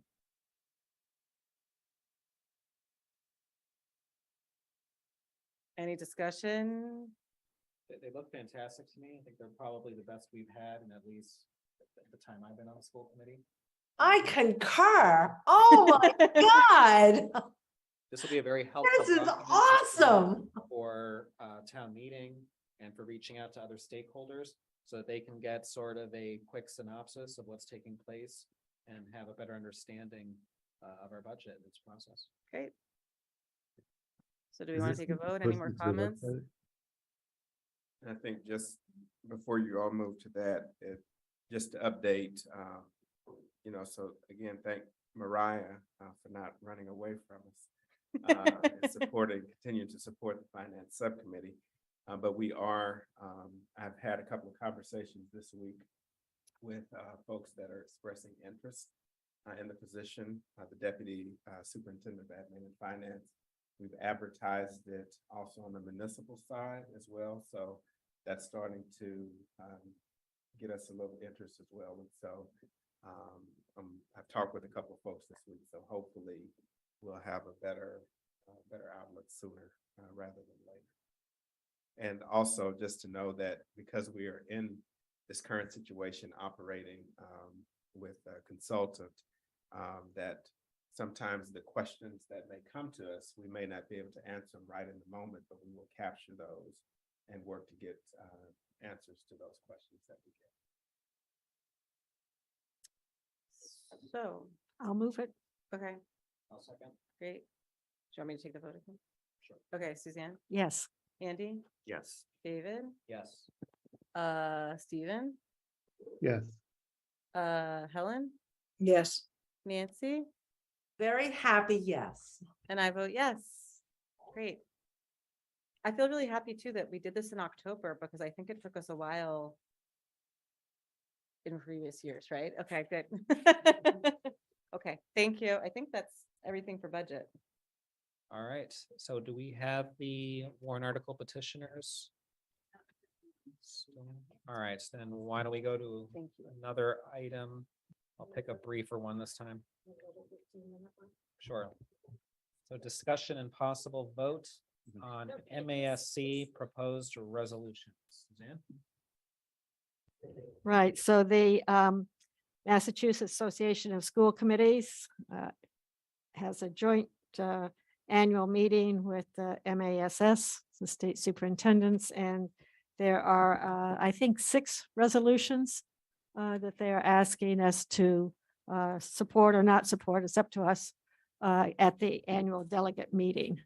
So I hope people have had a chance to look at them. I'm not sure how you want to do this, David. I mean, there's 6, we can go to each one, or we could just say, how do people feel about one or the other? I don't know how. We can go one by one. One by one. So the first one, resolution 1, is regarding sanctuary laws for transgender students. And it's resolved that that we there have sanctuary laws to ensure such children and their families have the power of enjoying in safety and tranquility their natural rights and blessings of life. That's essentially the resolution. Sponsored by the Lexington School Committee, co-sponsored by Worcester, Somerville, Grafton, and Franklin School Committees. So we can take a vote whether we support the, you want to do that? You want to support, take a vote on each one, on which ones we, We should do I that. move that we support it. okay, I'll second. Suzanne, your vote? yes, Andy? Yes. Mariah? Yes. Helen? Yes. Stephen? Yes. Nancy? Yes. And I also vote yes. All right, Okay. next, Suzanne? next one is to increase the maximum balance allowed by the Special Ed Reserve Fund. Resolve that the Massachusetts Legislature amend Chapter 40, Section 13E by deleting 2% of the annual net school spending and by inserting the following 5% of the annual net school spending. I move it. I'll It's second really it. important. We saw that tonight. Yes. Suzanne, your vote? Oh, sorry, go ahead, Mariah. Sure. I can't hear you, Maya. We can't hear you, Mariah. I'm sorry. Can you hear me now? Yeah. Yeah. Okay, I apologize because I should know this, but I don't know this. which fund are we referring to? What would be our equivalent of a special education reserve fund? Is it the $475,000 that we keep to cover extraordinary it's the special circuit education breaker. costs? Or is it circuit breaker? Oh, this, It's circuit breaker? Mhm. Because I hadn't heard before that our circuit breaker was capped in any way relating to our net school spending. I thought it had, that it was determined by the calculation of, it was basically the calculation of whatever, the calculation that's determined by the state. I think it's, Mariah, how much you can carry over. Not But that, there's- they give us the 75% of high expense students. But I'm pretty sure what they're talking about here is how much you can carry over from year to year. So you may not have a high expense one year, but the next year you might and go into deficit. So Okay. this way, it's sort So of. this is even- talking about our circuit breaker revolver. We just call it something else. Because we have the other 475,000. Okay. Yeah, it mentions a special, every town can have, a district can have a special ed reserve fund to cover the cost of unanticipated or unbudgeted special ed costs. This says that there's a cap now at 2% of annual net school spending, which for many rural and small districts does not leave enough in the reserves to meet the needs of a single student who is placed into a collaborative setting. My question is really not related to it was just sort of like a broader question of Okay. what this meant for us, but I don't think it actually impacts us because we're not a smaller district Yeah, anyway, so. yeah. I'm Okay. happy to support. yeah. Okay. All right, so Mariah, your vote? Yes. Helen, Yes. Stephen, yes, Nancy? Yes. Okay, next up, number 3. Okay. Resolution 3, membership of the Board of Elementary and Secondary Education submitted by the Arlington School Committee. Therefore, be it resolved that the Massachusetts Association of School Committees calls for the enactment of legislation to repeal the provision of Massachusetts law that prohibits practicing educators and sitting school committee members from serving on the Board of Elementary and Secondary Education. So it's saying that would now allow, the resolution would allow to have either practicing educators and or sitting school committee members on DESI. What's the backstory here? Well, there is DESI has broad powers to set education policy. No, I know, but is Oh. there any reason Arlington filed this? Why did Arlington file this? Is there? Oh, I don't know. Okay. I don't know why Arlington in particular. Sounds like a school committee member and or educator wants Wants to to get be on on this. Bessie, yeah. There's a long time school committee member there who's very active. But that being said, I mean, you would hope that the board would have some educator or education involved people. And for many years it had business people and people who weren't really, 100% in the field. So I think that it is an important piece. I agree with you, Helen, that it's important to have an educator voices. I'm a little concerned, though, about potential conflicts of interest and self-dealing, even at a low level. Yeah, didn't we I'm just not- get training on this? I'm not sure it has to be a current active educator and school committee member. Certainly one who's no longer serving would be And fine. there are. Right. We have a parent in the district too, I believe, is on the board and was a former superintendent. So an educator, I believe. So I personally intend to vote against this one. How do others feel? I was planning to vote against it for the same reason. well, do we have to vote against it or do we just not vote? I will vote against recommending this. Right. Okay, so you actually want to vote no Against action it, on it. Okay. Yes, I'll second. Okay. Suzanne, your vote? No, so now I'm really confused. If I vote for this motion, that means I'm voting against this. Correct. I don't want to do that. I want to vote for this. So I'm voting no on your motion. Okay. Suzanne votes no. Andy? I vote yes. I vote yes. Mariah? I'm abstaining. Helen, No, Stephen, Abstain. Nancy. I abstain as well. Those have it slightly. By 2-1. Right. Two to Two to two. To two. No, 2-2. Right, who voted no? Oh, yes, there were 2 no votes, right, so it was actually a tie. Okay, Mhm. all right, So it fails. all right, so it was 2-3, was it? Uh-huh. Okay. So it failed. So how do we report that out when Will we, anyone want to move the opposite? You can move the opposite, Suzanne. We can see if anything changes. I can try it. Okay, I'll move to support this resolution. Right. Helen, you gonna second that? Yes. I'll second it. Okay, David, are you gonna take the vote? Are you still Go ahead. figuring? so now I say yes. And I say no. I say no. I'm abstaining. Okay. I Helen? abstain. Oh, Okay, Stephen abstains. Helen, your vote? Yes, Nancy? I'm gonna vote no. okay. All right, so this time the noes have it. So the effect is that we do nothing, right, as a With, committee. yeah, nothing's to happen. Yeah. Right. Right, okay, Yep. so just, I guess, no report out. We're deadlocked. Nothing. I just put nothing down. Okay, Okay. all right, number 4. Number 4, we're moving along. Preserving local governance of Massachusetts schools. Therefore, be it resolved that the MASC calls on the Commonwealth of Massachusetts to restore local governance and accountability for the Lawrence, Holyoke, and Southbridge public schools no later than July 1, 2023. so the backstory here for people who may not know has to do with the fact that the state has taken over, well, actually, probably Linus knows better than me, but the state has taken over these districts maybe 10 years ago, some of them, and has not done any better than the local districts.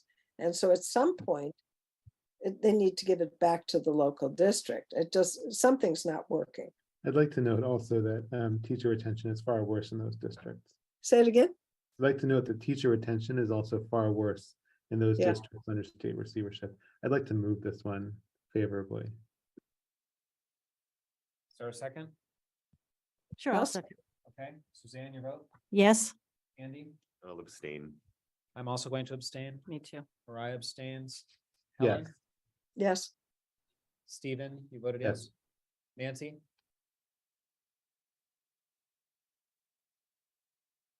I'm gonna abstain. So the I'd like to know yeses- more. The yeses have it, all right. Okay, Okay, number 5. 5, personal financial literacy education. Therefore, be it resolved that MASC file legislation that would have the effect of ensuring that all students have exposure to personal financial literacy curricula and ultimately graduate from high school with a lifelong knowledge of how to be fiscally responsible to avoid being deterred by financial woes. This legislation should ensure that students at various levels should benefit from curriculum in Massachusetts public schools, which would include content in personal financial literacy. I just want to, I find it very interesting that the previous one is about preserving local control of schools and the next one is about imposing state control over everything. I'm not against personal financial literacy, obviously, but it's just interesting, the contrast. Ellen? A coincidence? I mean, I think this is really important, along with a number of other things, but this is really important. However, like you said, Mariah, this is an unfunded mandate. And, I just don't think we should encourage unfunded mandates. Yeah, it's competing with a lot of other things, Like, environmental education. Well, I think there are a lot of things that people might argue are critical to 21st century knowledge and education that's currently not part of the statewide curriculum. I also agree that not falling for financial scams is critical, but I think to have a statewide imposition on our curriculum and for this to be the highest priority seems perfectly arbitrary to me. I'm also hoping we teach some of this in our math classes or. I'd rather see. Well, they swimming. don't, yeah, they don't so much in All right, math. let's take turns speaking. Mariah? I mean, I think it's important. I just don't know why every district needs it to be imposed in this way. Right, I agree with Mariah. Yeah. So obviously, financial literacy is extremely important in the world in which we live, but to say that's going to be what's imposed and the highest priority relative to others troubles me. Well, it could be something like health and part of health or part of social emotional learning. I mean, it Life kind of sneak skill? in somewhere. I wouldn't put it in math, but I will say that just personal experience, students come out of high school and they don't know about a lot of this stuff, and they actually say they wish they did. Well, and there's class, I think the world of money at the high school, and I know that my kids in middle school had an experience, like they do things where they look up, and this might even be in early high school too, they look up the cost of colleges, they look at how much, they understand how interest works. And when well, you that's take out- important, right, so interest, all of, they do buy a do all car. of those things already in the curriculum. At least as my children experienced it. I just don't, it feels weird to me to be this is the topic that we decide to impose on everybody. I agree. As opposed to people finding it important and just implementing it in their own districts. Yeah, I mean, I think we ought to just take a vote one way or the other and see where it lands. Dan, Well, what's the motion? I'll move to support this resolution. Do we have a second? I'll second. Hmm? Dan, Yes. Andy, No. I vote no. Mariah? No. Nancy, No.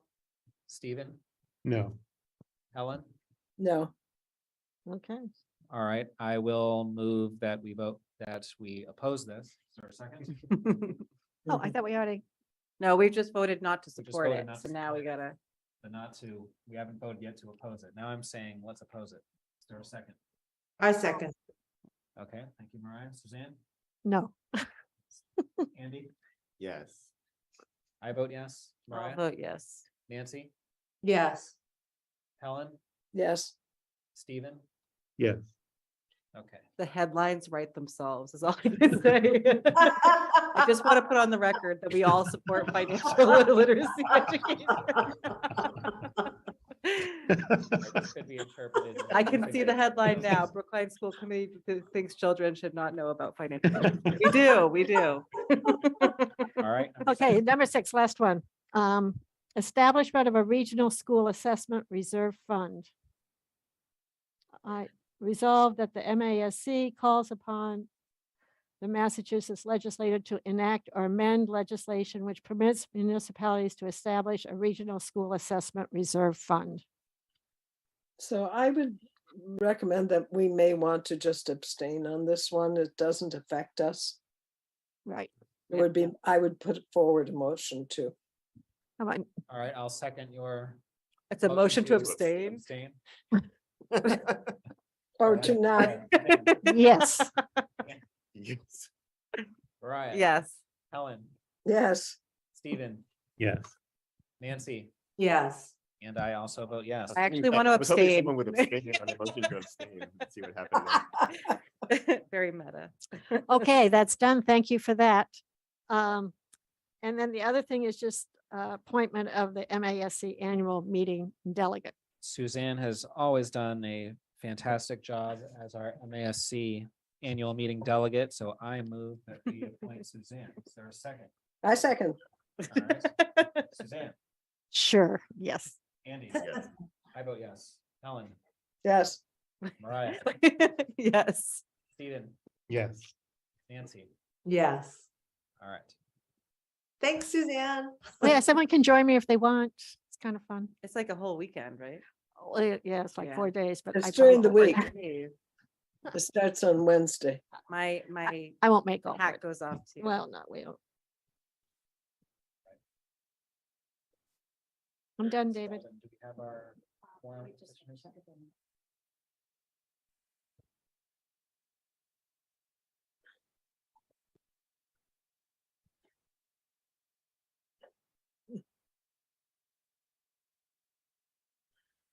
All right, so take up another shorter one now. So report on October 20th, school committee workshop. So the first agenda item that we had during the workshop was a review of school committee goals.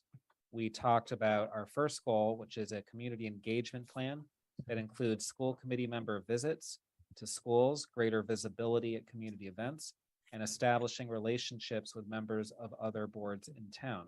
We discussed the progress that we've made in this area, including hosting meetings with parent leaders every other month.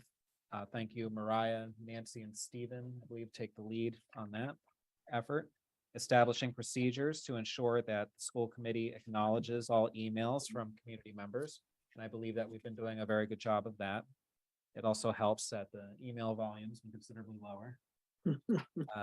We also discussed possible new initiatives, such as wearing something out in public to identify ourselves so that stakeholders and members of the community can recognize us and approach us with any questions or comments they might have. We also discussed having a more consistent presence at PTO meetings. I believe to a large extent, we already do that, but we are now formalizing it. There's some emails circulating where we inform one another when there's some upcoming PTO meetings, and we try to find out who's available to make each one. We also discussed school committee website enhancements, targeted visibility at school and community events. We're well on our way to doing that. As Suzanne mentioned earlier, for the last couple of weeks, school committee members have been touring school buildings with principals. I've gone to 3 of those and have thoroughly enjoyed it. And the others who are here many of us have been doing the same. I also attended the Runkle Halloween event, which was fantastic and extremely popular. A lot of people were there. This weekend, there's the Lincoln Pumpkin Festival, and hopefully many of us will be able to make it to that as well. Then we talked about our second goal, which is developing indicators for our values in concert with district's leadership that support the strategic plan of the superintendent. This goal remains a work in progress because some of us, probably all of us to some degree, have some confusion as to what it really means when a school committee sets a goal as opposed to when the district sets a goal. There does seem to be a broad consensus that we want some ability to measure progress in different areas, and that we look to the district to share with us what they feel the appropriate metrics should be for measuring that progress. The third goal we discussed is refining a standardized budget process to help school committee members effectively advocate financially for the schools. This would include development of the budget book, increased level of budget transparency, and the process to sign off on the warrant. And as you saw earlier in today's meeting with the budget guidelines, I think we're well on our way to accomplishing that goal. Another agenda item we had at the workshop was consideration of future school committee agenda items. This turned more into a discussion about how we can avoid repetition between presentations at the subcommittee level and at the full committee. What I internalized from that meeting was that perhaps we can try to take some of the presentations that first go to subcommittees currently straight to full committee and reserve subcommittee meetings to deal with issues that are of less interest to the community at large. And that could mean that subcommittee meetings meet with less frequency or at the very least for shorter duration. I think that about covers it. With anything else that anyone wanted to bring up from the workshop? No? Okay, moving on. I see that we have an esteemed member of the select board with us, Bernard Green, who is the petitioner for one of 4 petitioners for warrant article 31. So we are now going to open the 2022 special town meeting warrant articles public hearing. Mr. Green, whenever you're ready.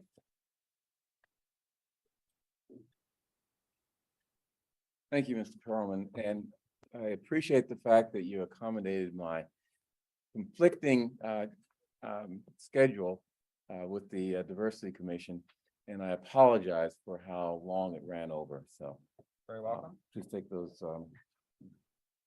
So, Good evening. I'm Bernard Green, member of the Select Board and also the one of the co-petitioners of Warrant Article 31. I was also the primary person that drafted that. And I was also on the committee that drafted the original 2014 warrant article to set up the Diversity, Inclusion, and Community Relations Commission. So I filed warrant article 31 because, as you may recall, at the spring of 2022 town meeting, the commission was asked to take warrant articles 12 and 13, which many members of town meeting and the community had some significant problems with, and improve it and bring it back to the fall town meeting. Unfortunately, at a June meeting of the commission, they said that they're not going to do that. They're not going to try to improve it except for in minor ways, and will instead file the original warrant article in the spring 2023 town meeting.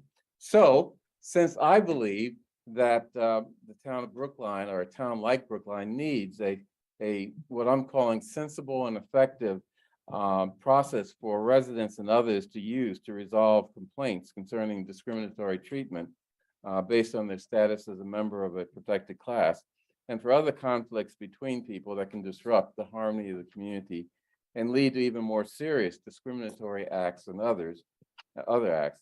And since the old warrant article 13 and 12 and 13, or any new version of those warrant articles would not satisfy that need, I filed warrant article 31. The purpose of the warrant article is to establish a process for filing complaints by providing, one, a forum to informally resolve relatively minor, and of course, relatively is always in quotes, because what may be, minor is always in quotes, because what may be minor from the standpoint of a complaint process or from the standpoint of the broader community may be a very important and a difficult problem for the complainant. So minor is always in quotes. So a forum for informally allowing us to resolve relatively minor complaints, including abusive behavior or casual discriminatory acts that makes living together in a community difficult, but also minor complaints that are, as I said, big problems for the complainant. And the best example of that, and an example that is handled currently by the diversity office and the director of that office, Lloyd Jeleno, are ADA violations. That's a civil rights violation. And we can either expect people to take that to federal court and get a remedy there, or because we're talking about in this town situations like someone's blocking a sidewalk.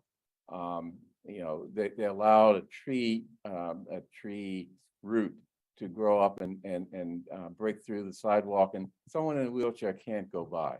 That's a violation of that person's ADA rights. But it's a type of violation that currently, and we say that in the future, the diversity office handles on a regular basis in terms of going out and meeting with the, let's say if it's a store owner, meeting with the store owner and seeing how we can get the sidewalk cleared quickly, or if it's a town problem, meeting with the town department to address the issue.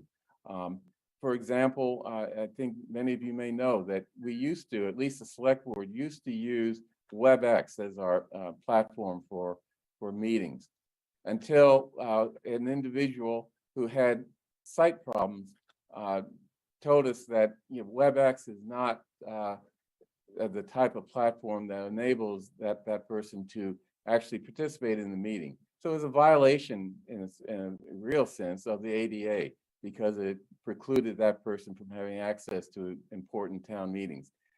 Now, in that case, he just talked to the town administrator, and it was fixed fairly quickly by going to the Zoom platform. But that's the type of, those are the types of so-called minor complaints that are very, very important that the director should be able to address easily and quickly and effectively for the complainant. And secondly, the article provides a means to assist complainants in identifying and taking more serious complaints to the appropriate state or federal civil rights agency or law enforcement agency where that is appropriate, where those types of more serious complaints cannot be effectively handled at the local level. But, the warrant article 31 serves another purpose, and that is to re-emphasize the original intent of bylaw 3.14, which established the Diversity, Inclusion, and Community Relations Commission. That original intent is expressed in the beginning of the bylaw, and this article in section 3.14.14 in the first subsection. And that is where we talk about Brookline values. The Brookline values include what's in the article, because it includes diversity, equity, and inclusion, and amicable community relations based on those values. And the article goes into that in some detail, but that's an important part of what the commission should assist the town in doing, and that is addressing some of the stresses that make living in town difficult and could create potentially conflicts that can escalate into serious problems. Let's see. So David asked me to discuss the relevance of the warrant article to the schools. And to be frank, I tried to make the warrant article not relevant to the schools, but there is some spillover. I tried to include the schools in the focus of the warrant article on fostering good community relations. And also some of the school-related provisions are left over from the original bylaw. And finally, there's a minor role that the Diversity Commission is given to assist in the handling of complaints, which is written to acknowledge the school committee's independent status. So let me go give you a brief overview of the article in order to sort of articulate those or illustrate those. Complaints received by the director concerning a school employee are not to be referred to school, or are to be referred to school's HR office. Or if it's a complaint against a school employee and a town employee, to the HR office of the town. Under the original or warrant articles 12 and 13, the commission could take complaints regarding school employees and go through a whole process to try to resolve those complaints. We don't think that that is an appropriate thing for the commission to be involved with for a variety of reasons. One of which is, there is that separation between town and school. Those of us on the town level, or town side, don't always like that or appreciate that, but it's the reality that we have to acknowledge, and it's acknowledged in here. Commission is required to notify the town administrator and superintendent of any complaints that they receive involving the schools. And they're required to cooperate. Let's see, hold on.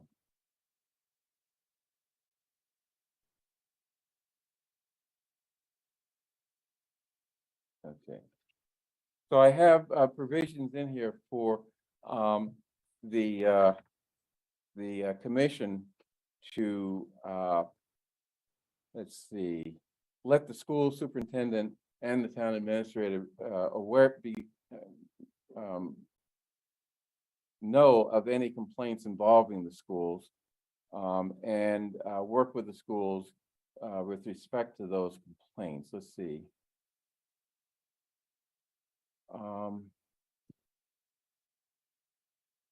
The role that I give the commission in this is limited.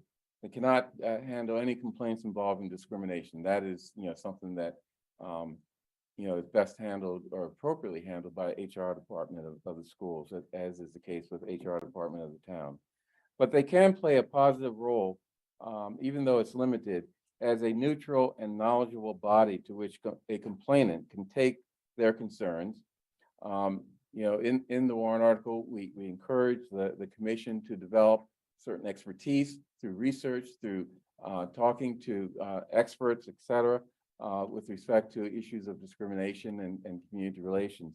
So that's a body of knowledge that the commission can use in working with the schools on an issue that comes up that they are made aware of. Also, they can serve as a source of guidance to a complainant as to the best way to address their concerns. The complainant may come to them and say that X, Y, and Z happened in the schools. This is horrible. And, the commission, having some knowledge of a variety of things can give the complainant some guidance as to where that complaint can be taken either within the schools or elsewhere.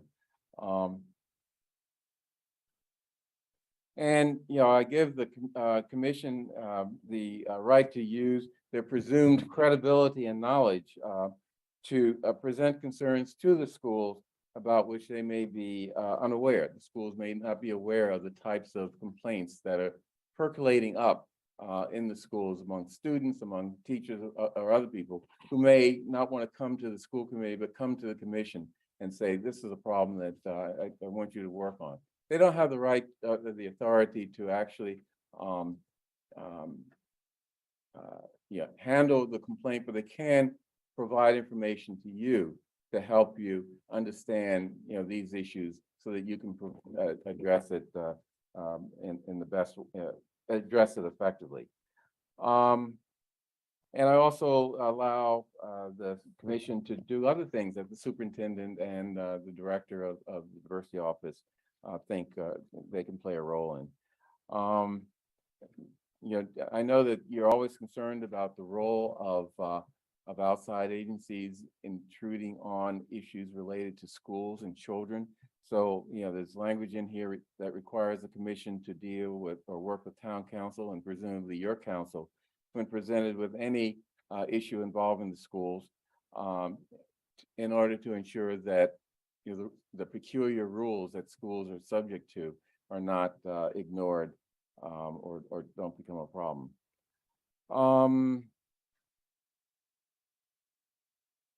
So I think that's, hopefully that's a general overview of what the Warrant article is trying to do as it relates to schools.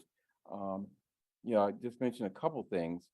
The commission always had, or the article always had language in there that the commission would be an advocate for youth on issues arising in the schools and the community. I kept that because I think that is something that the commission can play a role.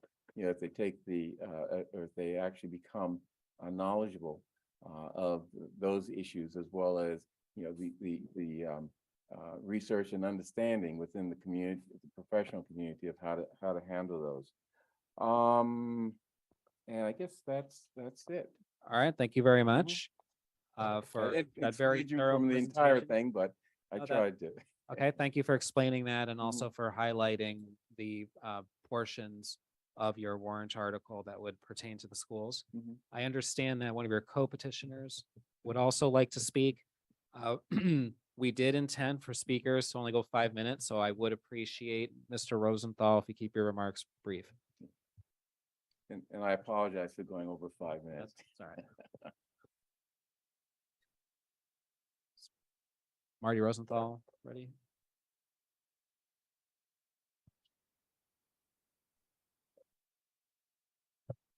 Yeah, hi. It seems like no matter when and where I speak, people say, keep your remarks brief, even if I go first. So I'm used to that. So what I want to suggest that you folks do, frankly, in all humility, is to do two things. First of all, not decide anything tonight. Some of you may not have seen the documents. I don't know when you saw them, but there's two things that you really should be looking at in conjunction with. There was a law firm that weighed in for the school committee 2019 when all this started. And I forget the name of the firm. I sent their letter to at least David. I don't remember who else I sent it to a few days ago. And I was on CTOS at the time. the issue became that there was the article by the Diversity Commission, which started 2019, and then they pretty much reaffirmed it last year, included jurisdiction over complaints on school issues. And there was a letter by the school committee, legal counsel, outside counsel, I forget the name of the firm. I think it was maybe in Worcester, but anyway, it doesn't matter, that objected to most of that. If you look at the article that was filed in the spring by the commission, you'll see references to jurisdiction over school complaints. Here's some language that was in it, one sentence. Furthermore, this bylaw shall be applicable to students as complainants and to faculty and staff of the school department to the extent permitted by law. Now, the bottom line is that extent permitted by law, I think, is zero. So what I did with Bernard is try to take out jurisdiction over school complaints. And I ask you to look at both the current version of our draft and the Article 12 from the spring and see which one is appropriate. And I think I'm confident that you'll say that the Diversity Commission should not have jurisdiction over complaints about school matters. So that's it. All right, thank you very much. Do school committee members have questions for either of the petitioners who are here with us? Stephen? Yeah, I have a point of clarification. So there are a number of versions in the folder that we saw, and I just want to make sure I'm reviewing the right one. The one version that I see has red text, and that red text includes that's the one that says further proposed revisions suggested. Bernard, at the beginning, did you say that those revisions were or were not in the final draft? If I understand you correctly, so I filed the warrant article in August in order to get into the warrant. Then I received a lot of comments because remember, I drafted this fairly quickly, beginning in late June till the end of August. So it wasn't perfect. And I got a lot of comments and I incorporated those comments into it on 2 occasions. I call them, let's see, second revision and third revision. The third revision came out about a week ago. And since then, I've also received additional comments from people that I have not incorporated into the document yet, but I listed in that memo that was circulated to you. And I apologize for the various revisions. Okay. I just want to make sure I know what's in there. Evolve. So I just have one question. In the definitions on the further proposed revisions, you say that the community disruptions shall not include 1, the exercise of First Amendment rights, etc. But then you qualify what those rights are. I just want to understand, are you saying that they shall not include the exercise of certain kinds of First Amendment rights, or are you describing what those First Amendment rights are? And I'm asking because I want to know if you're saying it shall not include the exercise of certain First Amendment rights, but it should include, but it will include the exercise of other First Amendment rights. Like you want to police certain kinds of rudeness, but other First Amendment rights are still permitted. Is that what that means? No, what I tried to do there was to, and I'm looking for it, is to say that in general, First Amendment types of protests, symbolic speech, demonstrations, civil disobedience is not to be covered. That wasn't to be an inclusive list, but rather illustrative of the types of First Amendment things that is inappropriate for the commission to get involved or the director to get involved with. But rude and disrespectful speech are the kinds of speech that you do want to limit with this article. I'm sorry, I didn't catch that. But rude and disrespectful speech are the kinds of speech you'd like to limit. Stephen, it's really hard to hear you. Yeah. Never mind. No, I think I got. Yeah. No, rude. I mean, I mean, it depends on the context. I mean, if someone is out in front of town hall cursing and saying all kinds of mean, nasty things about the school committee, of course, they'll probably say it about the select board, not the school committee. But you know, that's no one dislikes you, right? I used to be on a school board in Ohio, so I know that that's not true. That wouldn't be something that we would want to be concerned with, because that's, you know, people are exercising the First Amendment rights, even though they may be totally obnoxious. And that's why I put in the flag burning example, because, you know, that's an action that is thoroughly obnoxious and very offensive to a lot of people, but it is symbolic speech, and people have a right to have a First Amendment right to that type of symbolic speech. So. Okay, thank you. All right, thank you very much for coming. We're going to hear from our next petitioner Okay. for warrant Article 30, and then consider the article later on. But Okay, thank you. thank you. And again, I apologize for how long it's taken. I understand that your meetings go long, and I didn't help. So, Mr. Conquest, you ready?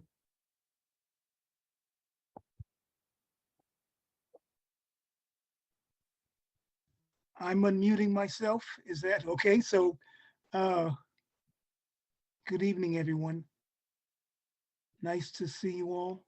Arthur, can you talk a little louder? Sure. Can you hear me Thank you now? so much better. Thank you. Okay, fine. Okay, I was just trying to hold my voice down. I thought, I was in the other meeting with Bernard as well. So, let me, my warrant article crosses a lot of departments. Okay, one of which involves the schools. But it overall deals with the Black community and how we are dealt with and how we react to issues and incidents in Brookline. As it relates to the school committee or the public schools, I mentioned several incidents and issues in the document, and I'll just start off with that demonstration on the 18th of March in front of Brookline High School. Someone just happened to call me on that day, that date, half hour before, and said, do me a favor, because of where I live on Tappan Street, and go and see what's going to happen with the walkout at Brookline High School. So I walked down to Greeno Street, Greeno and Davis Ave. Actually, was Greeno and Tappan, and listened to the students, listened to the assistant or to the deans, and listened to the headmaster. And then I interviewed, I'm going to say about 5 students. Wrote it down. I also, several months later, just by accident, spoke with a few parents of those students. Just was by chance. In between then, I met with Valerie. Is that Fracas? Is that how you pronounce her name? Oh, Frias? No? Freya. Valerie yes. Frias. Yeah, Go Freya. ahead. Freya.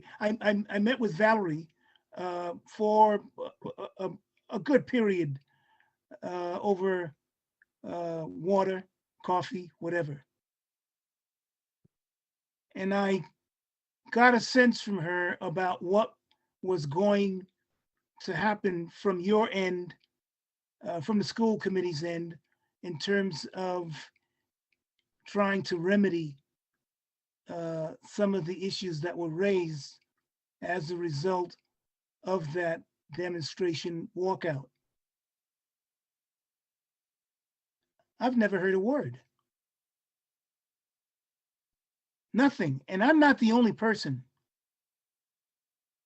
Okay? A number of concerned citizens have come to me and said, what happened from the school department side as a result of that incident? And maybe I should have come forward. But there are other incidents that have occurred. A parent, you know, Brookline Day was a couple of weeks ago, right? A Black parent came up to me. Mr. Conquest, blah, blah, blah, blah, blah, blah, blah. Someone came to me, I'm going to say a week ago. Mr. Conquest, such and such happened at such and such a school. Do you think you could help me in some way to remedy this? And it was a racial incident.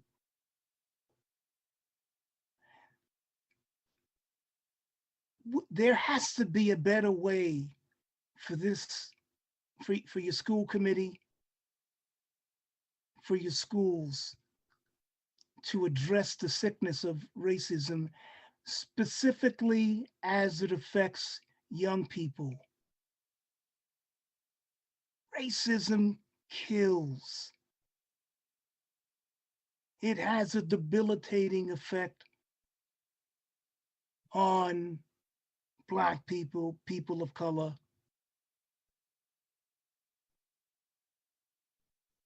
And I think part of the problem is that, are there any Blacks on that school committee?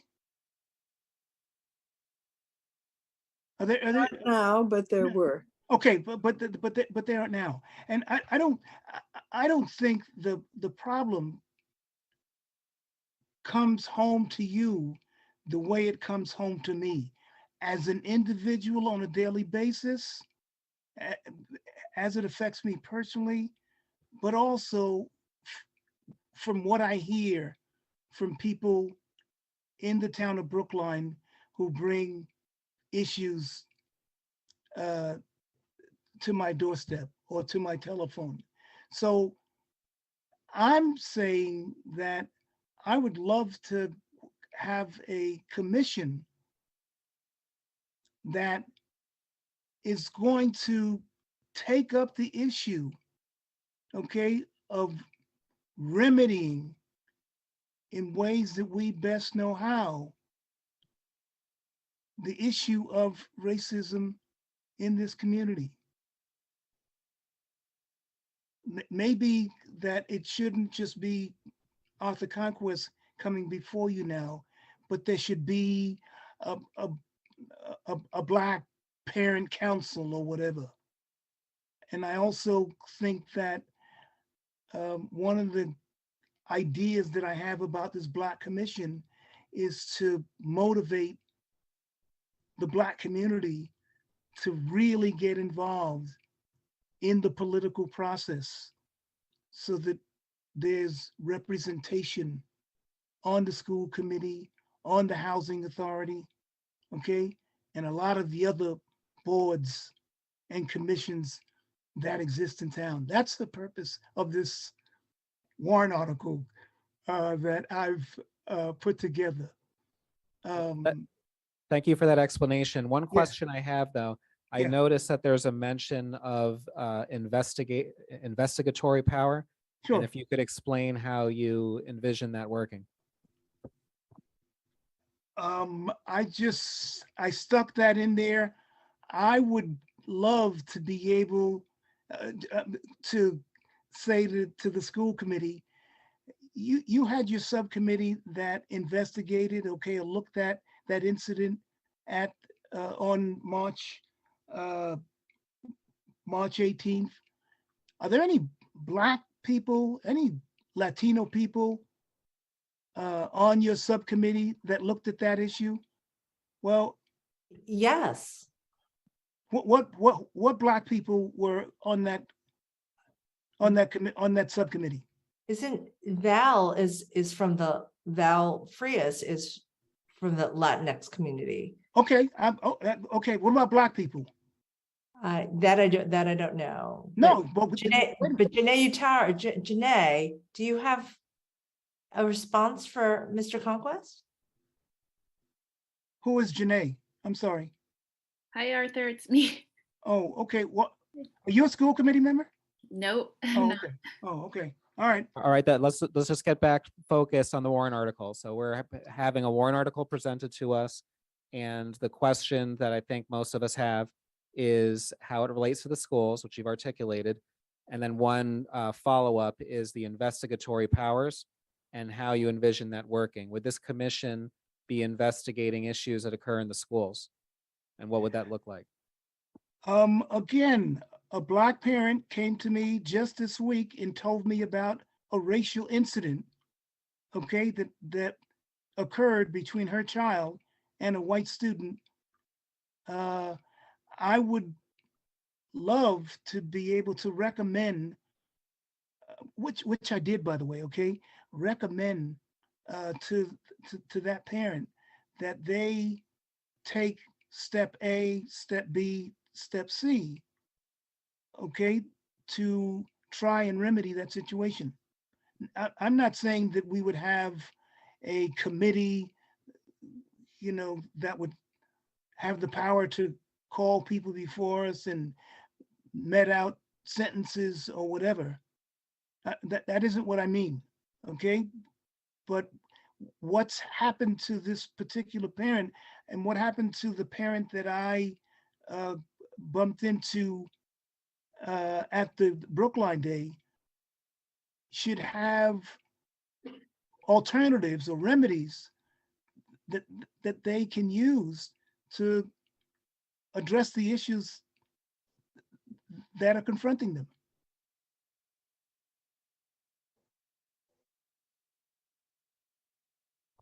All right, thank you. Any other questions from school committee members? Comments? Yes. Okay, well, thank you I very think much. Helen has her hand raised. Oh, sorry. I'm Go ahead, sorry. Helen. Hi, Arthur. How you doing, Helen? I'm doing fine. How about you? Good, good, good. I guess I'm curious as to why you would want this group to be a town established group versus an advocacy group, similar to what the Asian American family group, I forget the BAMF, BAMF, right, is. So as more of an advocacy group where you would have much more effect. Okay, interesting enough, BAMF said, can we join your group? Okay. No, I'm serious. Okay, they've come to us already and said, can we be part of your group? I thought in, you know, one of my 3 o'clock in the morning brainstorming, okay, sessions with myself, that following the ugliness of the Gerald Alston incident and repercussions, that the town would want to be part of a positive initiative, something that they could demonstrate that they're working towards addressing some of the ugly publicity that has come as a result of the Gerald Alston. But Gerald Alston is, you know, is because the thing that happened in March, at the March 18th or whatever, was in the Globe as well. And then there was a student that had an op-ed piece in the okay, but how does this town turn that around and project some positive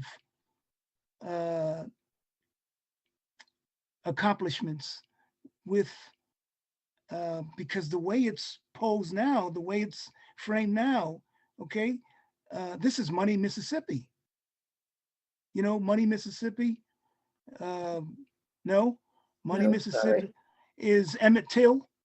Oh, yes, I do know Emmett Till. I didn't know the name of Okay, the movie. I'm that's sorry. okay. And if it isn't Emmett Till, it's South Boston, 1974, with Louise Day Hicks and the South Boston Information Agency. That's what is projected out there in terms of some aspects of Brookline.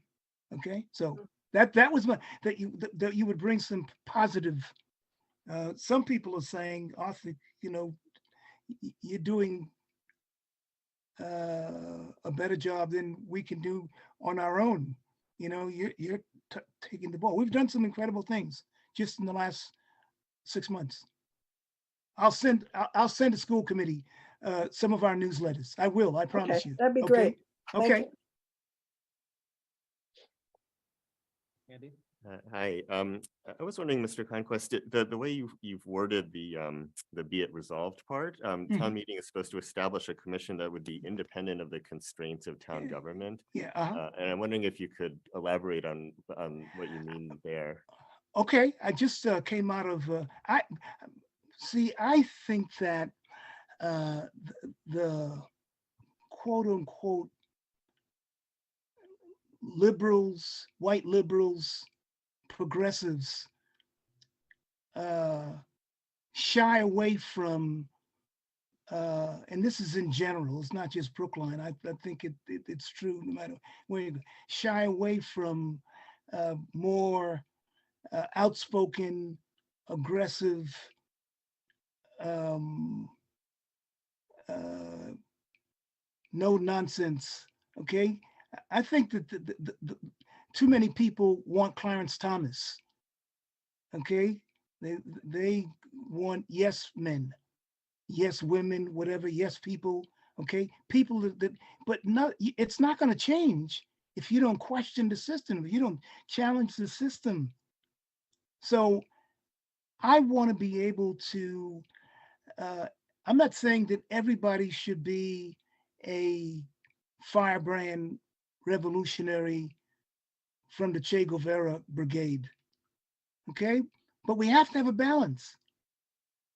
And I don't think that the town, okay, I have to give Helen Chalupsky credit because she chose me to be on the search committee that hired Dr.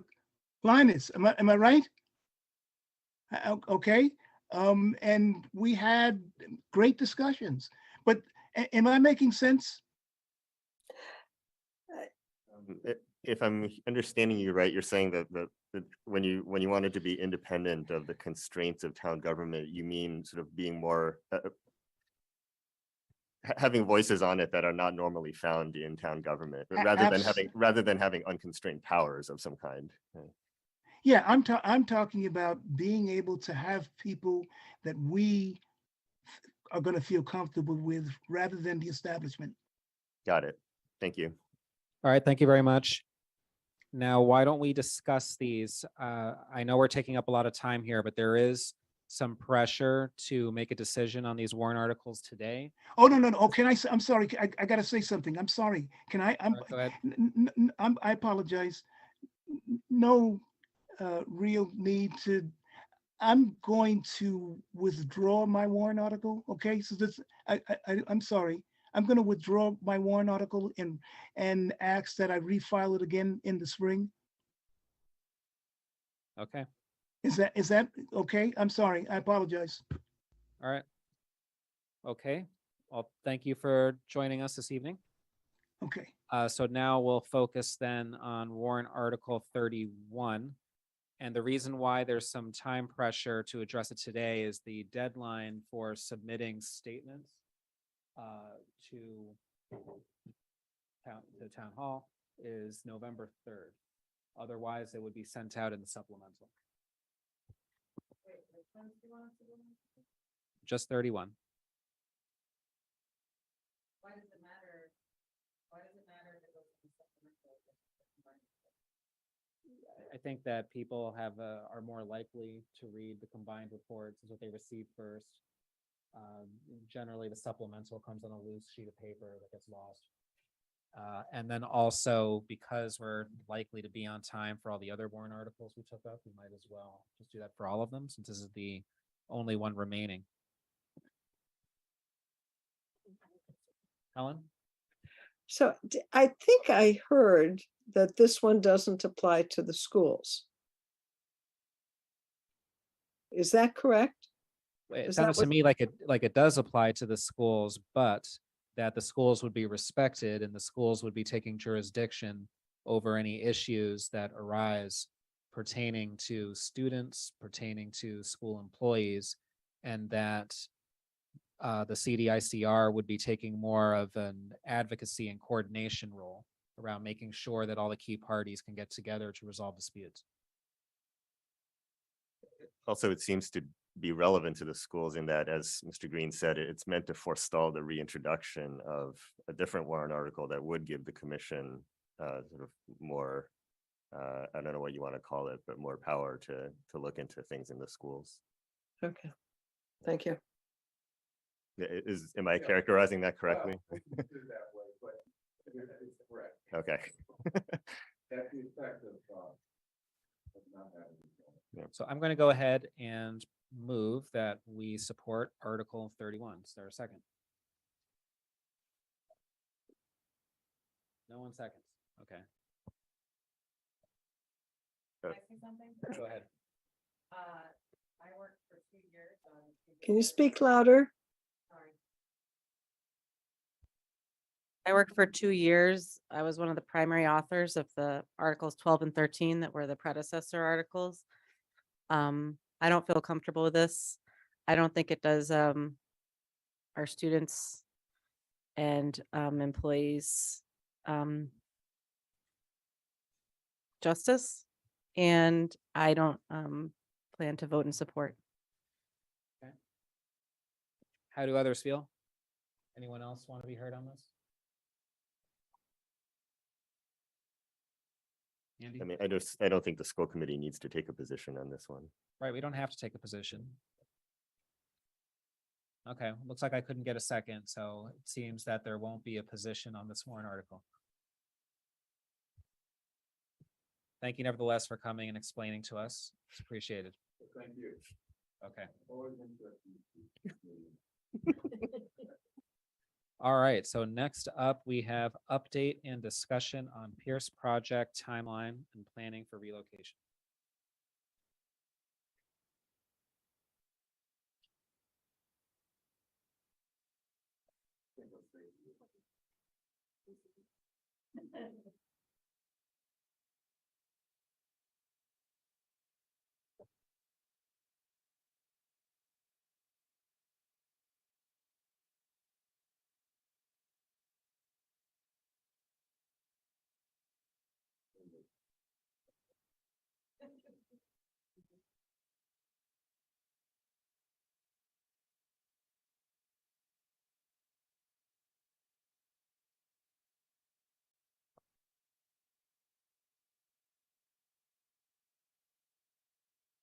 Thank you, Robin.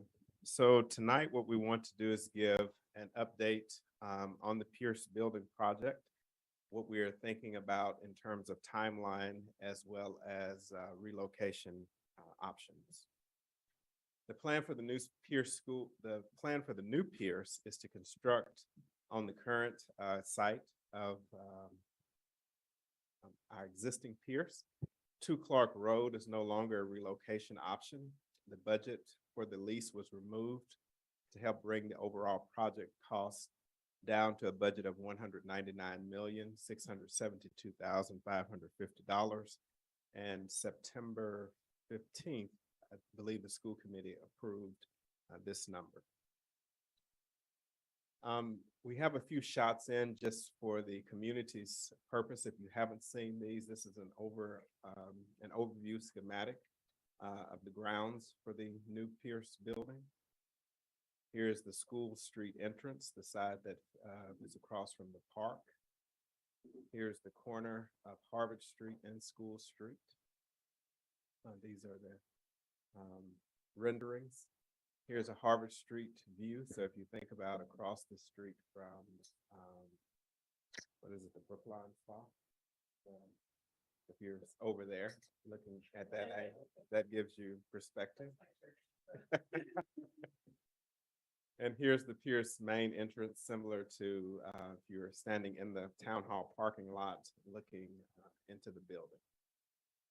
And then here's the courtyard between the Pierce building, and that was the old nursing home next door. What's the building next door? The child care center. Yeah. On September 28th, the select board voted a budget of $209,995,568. Select board added approximately 10.3 million to the school committees, approximate 199.7 million adopted budget, and that included adding geothermal as well as an inflation escalator for the project vote to move to May.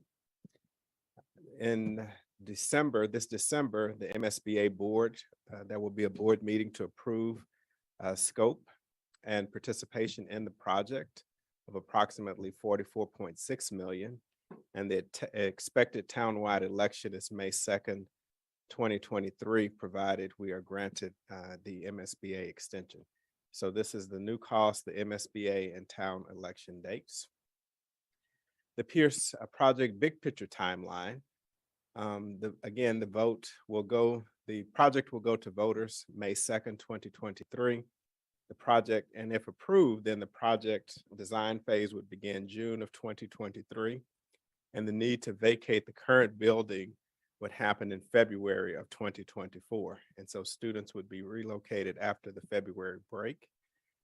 Demolition would then begin in March of 2024. And the target completion date is July 27, 2027. So 7/27/27. Again, and it's important to reiterate that Pierce, again, if the project is approved, Pierce will begin the school year, the 23-24 school year in the current building and then experience a mid-year move. So when we think about relocation options, there was again a meeting that occurred this summer where we looked at various options, and you'll see that revision 1 preferred option has been revised. Initially, that included Clark Road and Old Lincoln School. And what we now a preferred option or preferred model would be an OLS experience for our K-5 students, and then looking at a town-owned property for grades 6 through 8.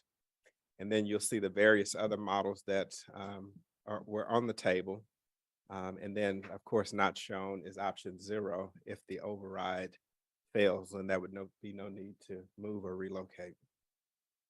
So some of the next steps, immediate next steps, the superintendent and the town administrator will continue to work together to explore other town facility, what options are available for us to live or exist in town buildings while this project occurs. School committee would review and endorse the staff recommended plan to take to select board. And then we would certainly need to make sure that we are engaging the Pierce community in various updates and those types of things. And so that's a very broad review of where we currently are in the process for relocation. Are there any questions? I can stop sharing. Suzanne, go ahead. Yeah, I wondered, Dr. Guillory, if you could give us a little bit more time frame on that last one. We lost it already. For the work with the town administrator? Yeah. And Yes, so that's currently underway. okay. We've actually, Chaz and I have been having ongoing conversations and reviewing options, as well as touring some of the more readily available sites and those Okay. types of things. And we're talking about plans. So we visited a site Monday Chaz and I had a conversation Tuesday, and we're continuing to have discussions about what options are available for us. Okay. So I'm just working backwards. If we were to vacate Pierce by February of 2024, that's a year from this February. So we would back that up. When do you think we might make a commitment or no, be back in like June of 2023? Ideally, sooner rather than later. We'd want to let folks know as soon as practical. And so Chaz is working options on his end and will be getting back to us as well. Okay. So there are lots of opportunities for us to engage, but recognizing that the town-owned properties would have to be assigned by select board. And so I'm working with the select board representative as I stand as the school committee representative or administrator on that side. So. Okay, thank you. Any other questions or comments?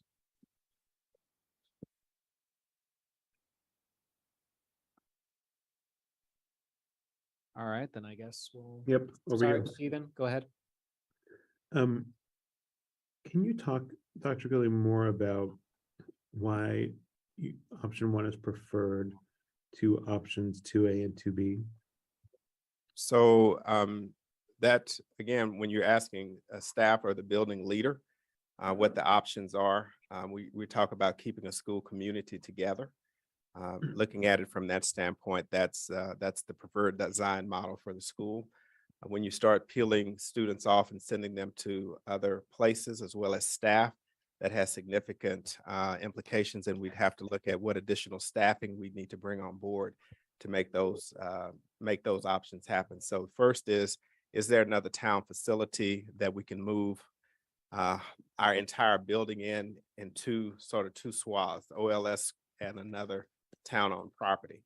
That's, and I'm using play on Bernard's words, using air quotes here, that's the simplest model. But if we were to look at examining these other models, they become much more complex.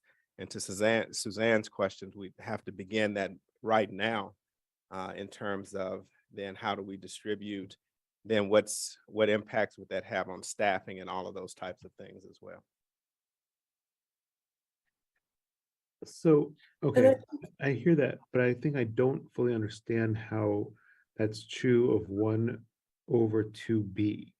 So I see how that's true of 1 over 2A though. Because the only difference between 1 and 2B is that we're just substituting Driscoll for a town-owned property for grades 6 through 8, right? Because Clark is off the table now. Well, that model had some at the time being discussed was commingling the two. So it was looking at more of a merger and not just keeping them separate in the space, as well as that moving the 6th through 8th over there. Also, there were space constraints that both principals looked at, as well as scheduling constraints. Is there a 2B option that would keep a school identity, a separate peer school identity at Driscoll, or would it be an integrated identity with Driscoll? Well, the bigger with 6 through 8 specifically, sorry. Right, and so that was the part about looking at the scheduling, how to actually schedule those students in there for the time allotment, because it's not just a 6th through 8th campus. You also have the Driscoll Lower School folks also there. So that's the logistical. It became more of a logistical nightmare. So that's why it was not preferred by the building leaders, both building leaders. Thanks. Any other questions or comments? Go ahead, Suzanne. Is it pretty clear that we'd have to vacate I hate to say this, but in February? I mean, it's winter, it's the middle of the year. Yep. Okay. Yeah, I can speak to that a little bit. I think the cost of waiting is not worth it. It's a much better time of year for the contractor to start demolition. And that's what would be going on for about 7 months. of demolition is what I understand. I still don't understand why it takes that long, but that's what they're saying. That and the geothermal wells would be going in, provided everything works out well with the geothermal wells and we can't put them in across the street. Yeah, I mean, since they're tearing down the building, you can't be there, so It's kind of hard. I get that, yeah. It's just- And even, people might ask, why not stay in the historical building? You can't, because the two buildings are merged in terms of heating and ventilation systems, and they have to turn that off in order to destroy the 1970s building. Yeah. Okay, thanks. It just feels like a rough time of year to have to vacate, but. got We've it. done it before. Yeah, okay. Usually it's moving in. This time it's moving out. Usually we try not to. If we had, as we had wanted, a election date in January or February, we could do it for September.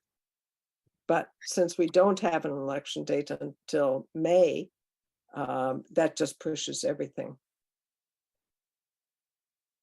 All right, thank you. So now let's move to school committee actions. Public Schools of Brookline Sustainability Policy, second reading, possible vote.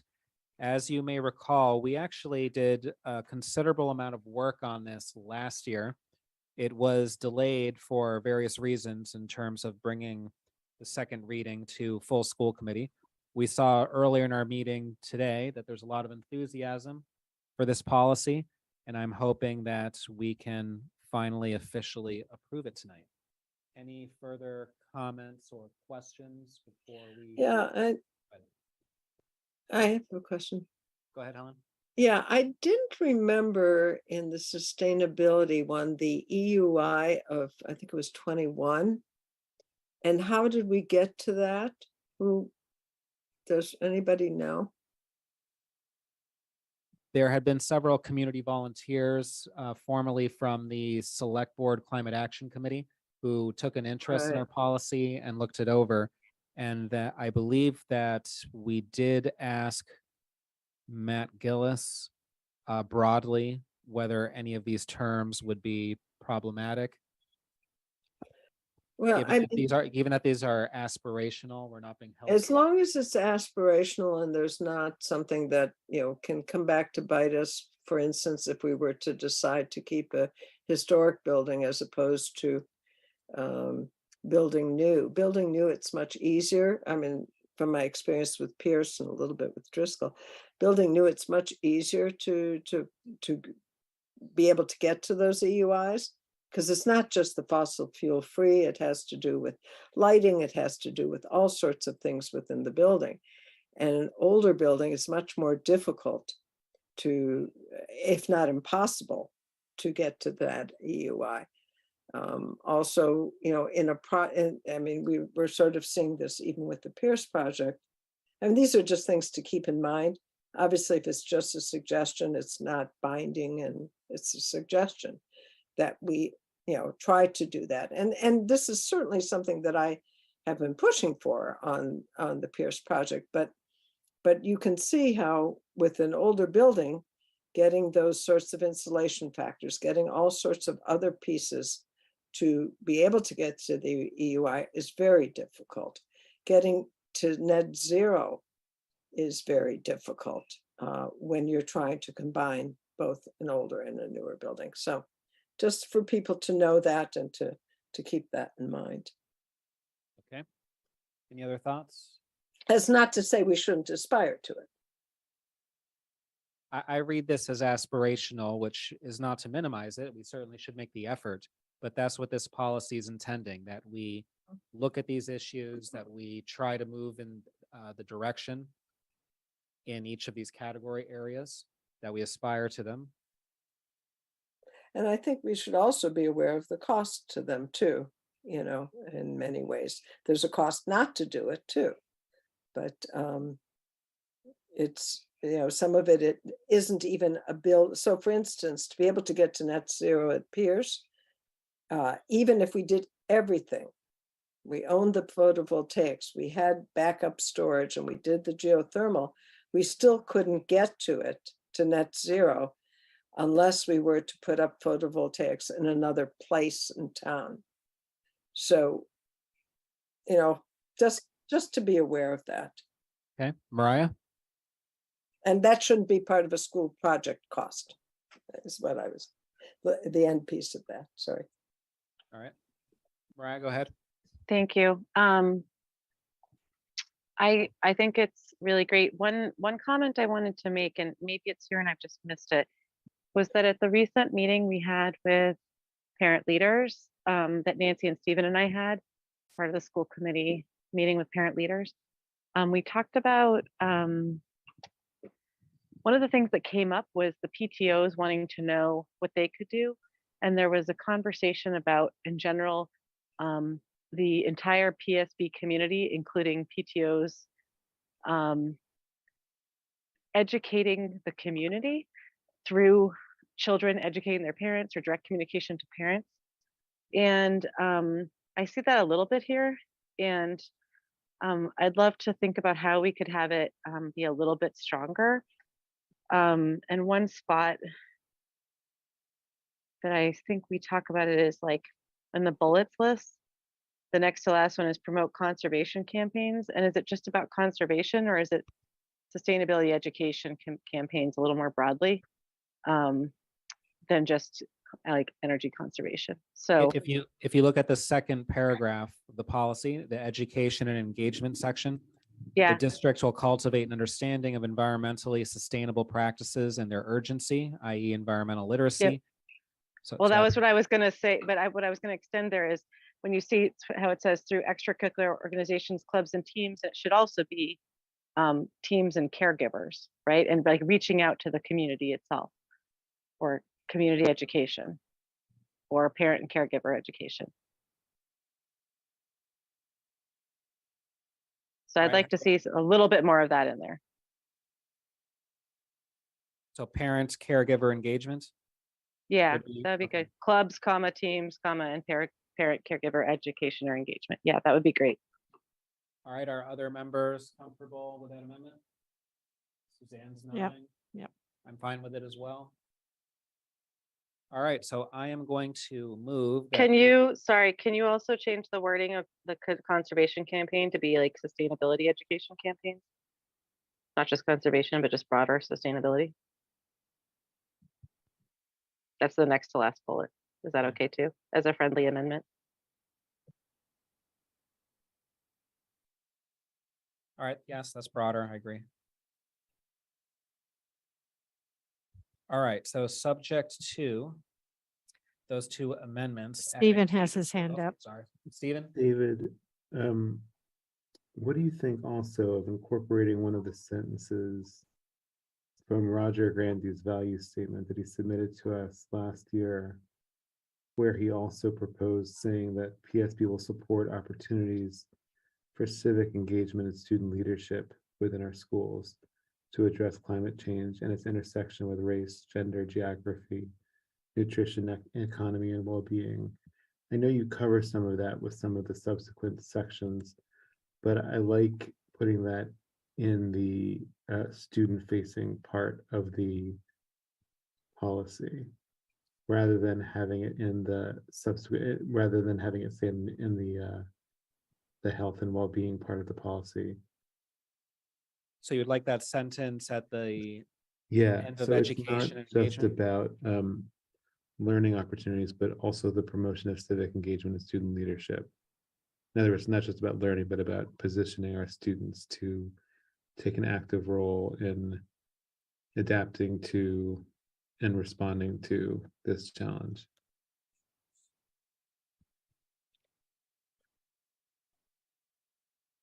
I can reread that sentence. That would help It you read that was, sentence? PSB will support opportunities for civic engagement and student leadership within our schools to address climate change and its intersection with race, gender, geography, nutrition, economy, and well-being. What do you think of that at the end of the education and engagement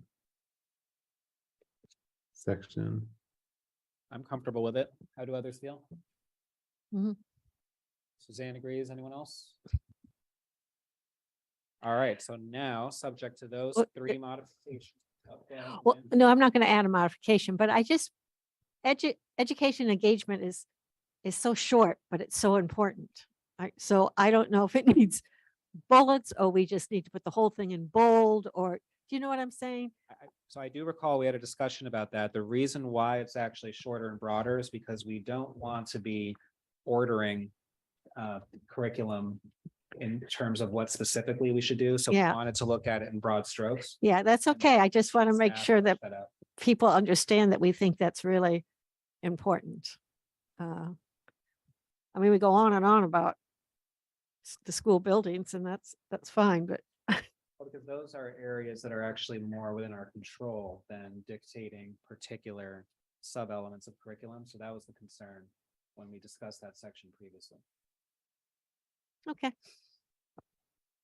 Stephen, are you okay with that? Okay, thanks. I had the same reaction, but the truth is, I don't know. Well, I don't know the specifics in an environmental curriculum, and that's what I've been researching separately.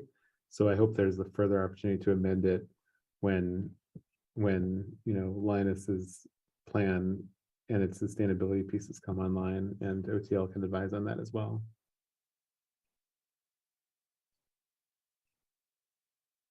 All right, so now I think we're ready. So subject to the three amendments we have discussed, I move that we approve the Public Schools of Brookline sustainability policies. Or a second?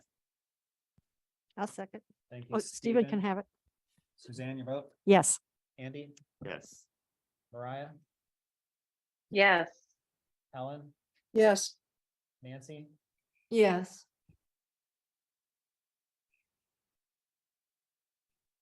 Stephen. Yes. And I also vote yes. Okay, So Hey, David. yes. I was just thinking it might be nice, and maybe Stephen, you want to do this because I know this is something really near and dear to your heart of sending out the final policy to the parent leaders, because they had specifically asked for guidance from the district as well. So this is a That'd be nice way to great. close that loop. Yeah, I'm happy to do that if you like. All right. So next up, we have possible votes to rescind the Public Schools of Brookline staff COVID-19 vaccination policy. The main reason that we're taking this up now is because a substantial portion of it's been rendered obsolete by just the current situation on the ground. And we obviously are not currently pushing staff to be testing as rigorously as we were during the height of the pandemic. So given that we're no longer following this, it doesn't make much sense to keep it on the books. There would be nothing that prohibits the superintendent in consultation with nursing staff and the Department of Public Health and Human Services from promulgating their own standards around what that should look like. How do others feel? The policy subcommittee unanimously voted to rescind this policy. I have some problem with this, if I can. Go ahead, Helen. I mean, I would like to maintain the vaccination and boosters. I don't think that that's gone away, the need for that, for protecting others and protecting themselves. So, maybe there are other parts of this policy that we don't need to do, but I think this is still pretty valid. I mean, everybody, certainly the CDC and the president are saying that this is important. And there was some discussion of that. Others felt comfortable that this is something that the district can take care of. What do you but- mean? Meaning that if the superintendent decides to exercise his discretion to state these are going to be our current policies around vaccinations at this time, that can just do it. Because where we're silent as to something, the superintendent can step in. But I do understand your. Sure, in my Okay. opinion. I was on the fence on it as well. I can go either way on this. How do others feel? I think it's very premature. Yeah, I'm kind of with Helen on this, but I'm wondering when I read this, if it was still necessary to require the weekly Yeah, testing. that we don't need to. I agree with you. So I would still say you should be vaccinated and boosted unless you have a medical or religious exemption. And that's the end of that. I mean, but you don't have to do the weekly testing if you're not. I don't know. That just seems like a lot still. Does that seem contradictory? It does, because we're requiring a lot, at least on paper, but in actuality, we're not doing it anymore. So to have a policy and then to not follow the policy is problematic. So I think either we need to revamp it significantly or rescind it. But keeping it as is, certainly I don't think makes sense. Mariah has Another possibility could be to try to fold it into some other policy regarding immunizations, although our current one, I believe, is more student focused. Mariah has her hand up. Mariah? Hi, I agree with Helen and Suzanne, and I don't think that for the vaccination policy, at least, I don't feel like we should adjust it. And I don't, and while I understand the point about weekly testing, I don't think that, given that we don't have a different alternative for people who, for whatever reason, aren't vaccinated or have the exemption, the medical exemption, then I think we have to leave that bit in place. But I don't think that there's many people to whom that applies anyway. And certainly we could bring it back at a future meeting if we wanted to reduce the cadence of testing or change that one bit. But I don't want to change the vaccination policy. So I would not be supportive of that policy elimination. All right, so we'll take another look at that policy. Andy? If you are going to take another look at it in policy, I would ask that you also reconsider what it means to be fully vaccinated. Here it just means the 2 initial doses, but by now it means something different.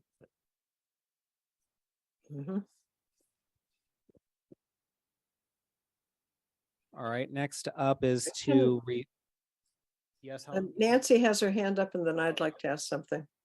Go ahead, Nancy. Just a quick question. Does the Brookline Board of Health require teachers to be vaccinated? I mean, is this something that can be folded into that at that level? Given that they're caregivers? I thought they were required to get a flu shot. I think that's hospitals. No, I thought it was teachers too, Helen. I don't think so. We offer it to them. We bring it to the high school. So, yeah, if this was something that Segal was requiring of teachers, then I would think that would be at the district level. It was just a question. Okay, thanks. Go ahead, Ellen. I just lost it again. Policy, flu shot. What I wanted to ask is, are we presently, and maybe a tie is on here, are we presently making sure that all new employees, because we have a number of new employees since this policy came into effect, are also observing this policy? We're currently upholding the policy. Every new employee must be vaccinated upon hire.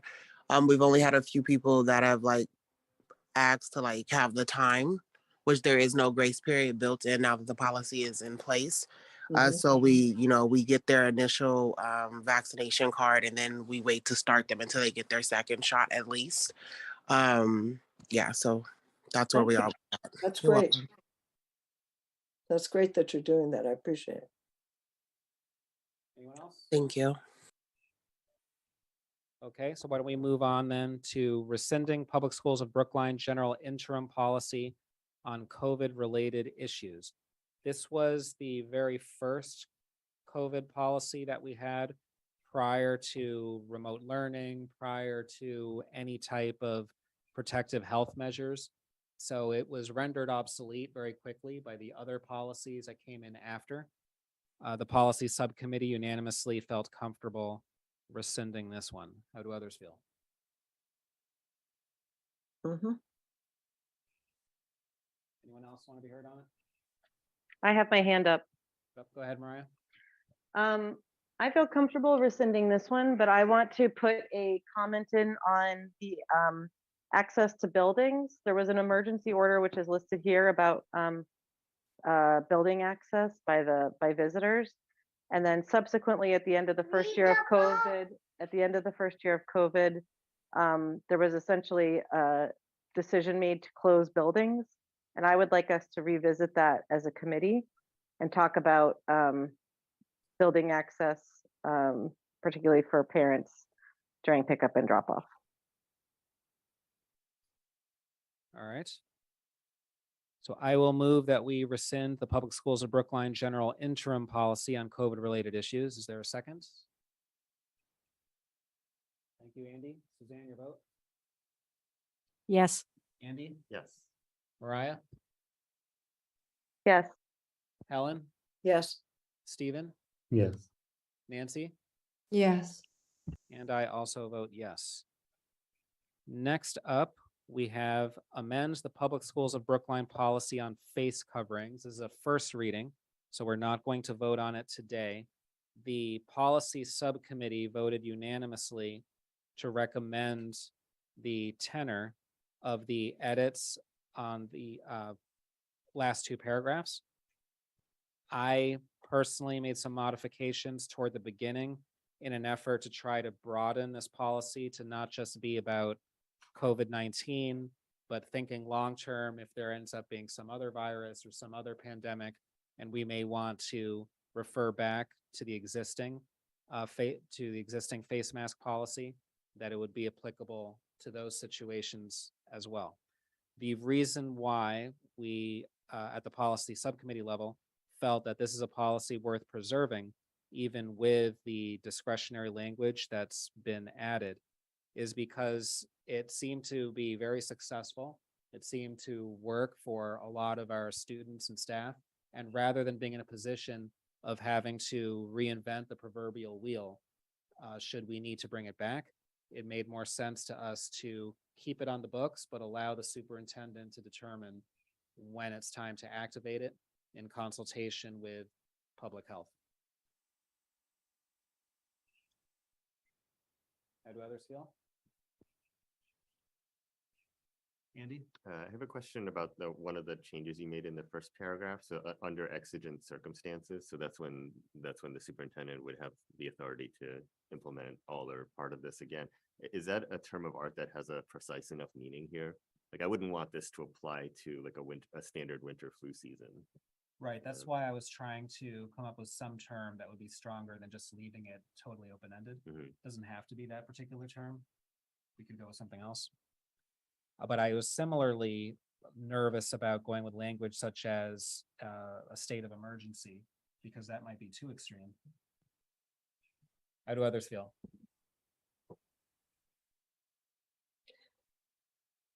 I feel like it ought to be a school committee decision whether circumstances are exigent enough to require reintroduction of masking.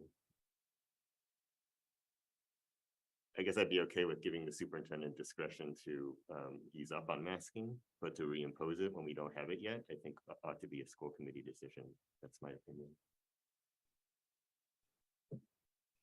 All right, so how about we change the language, implement the following requirements after a school committee vote or a vote. Can I have a comment, David, on that, Go ahead, Mariah. if I might.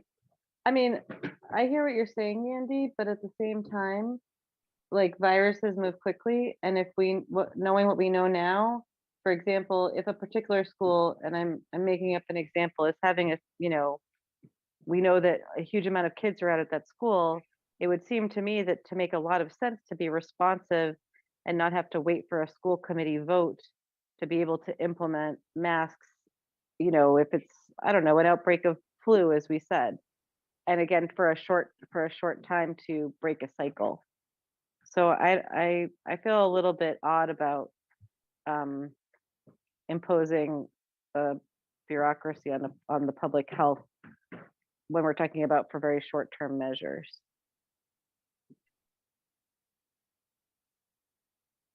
Anyone else like to be heard on this?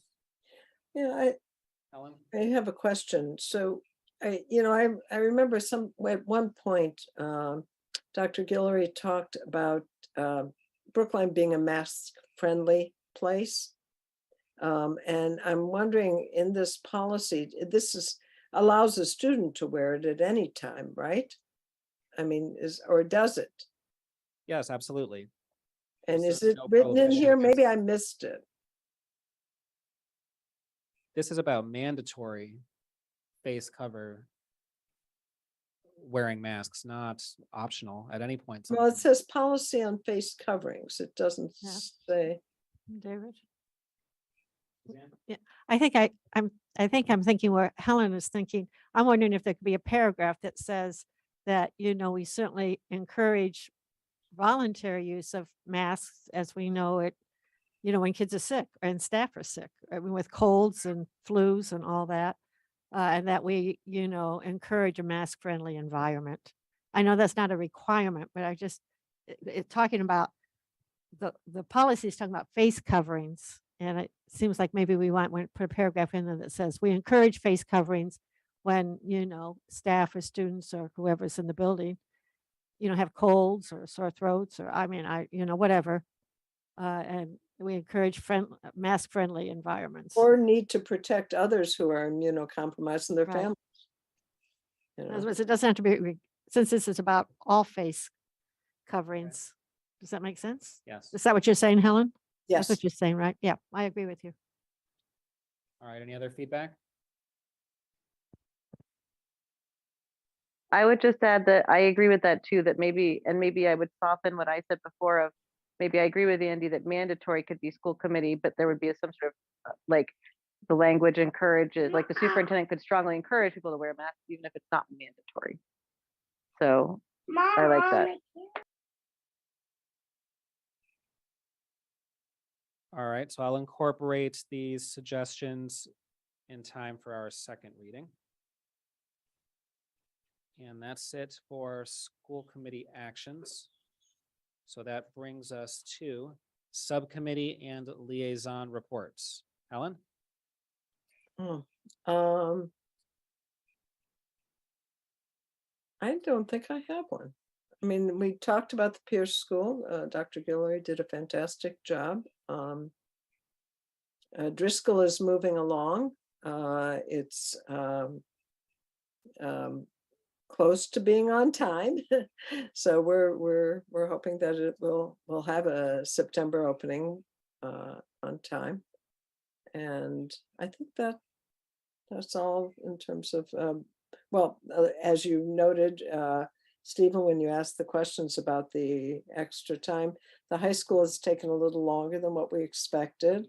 And the Cypress Field had a grand opening where I represented the school committee together with Suzanne was there and Dr. Guillory. I can't remember if anybody else was there.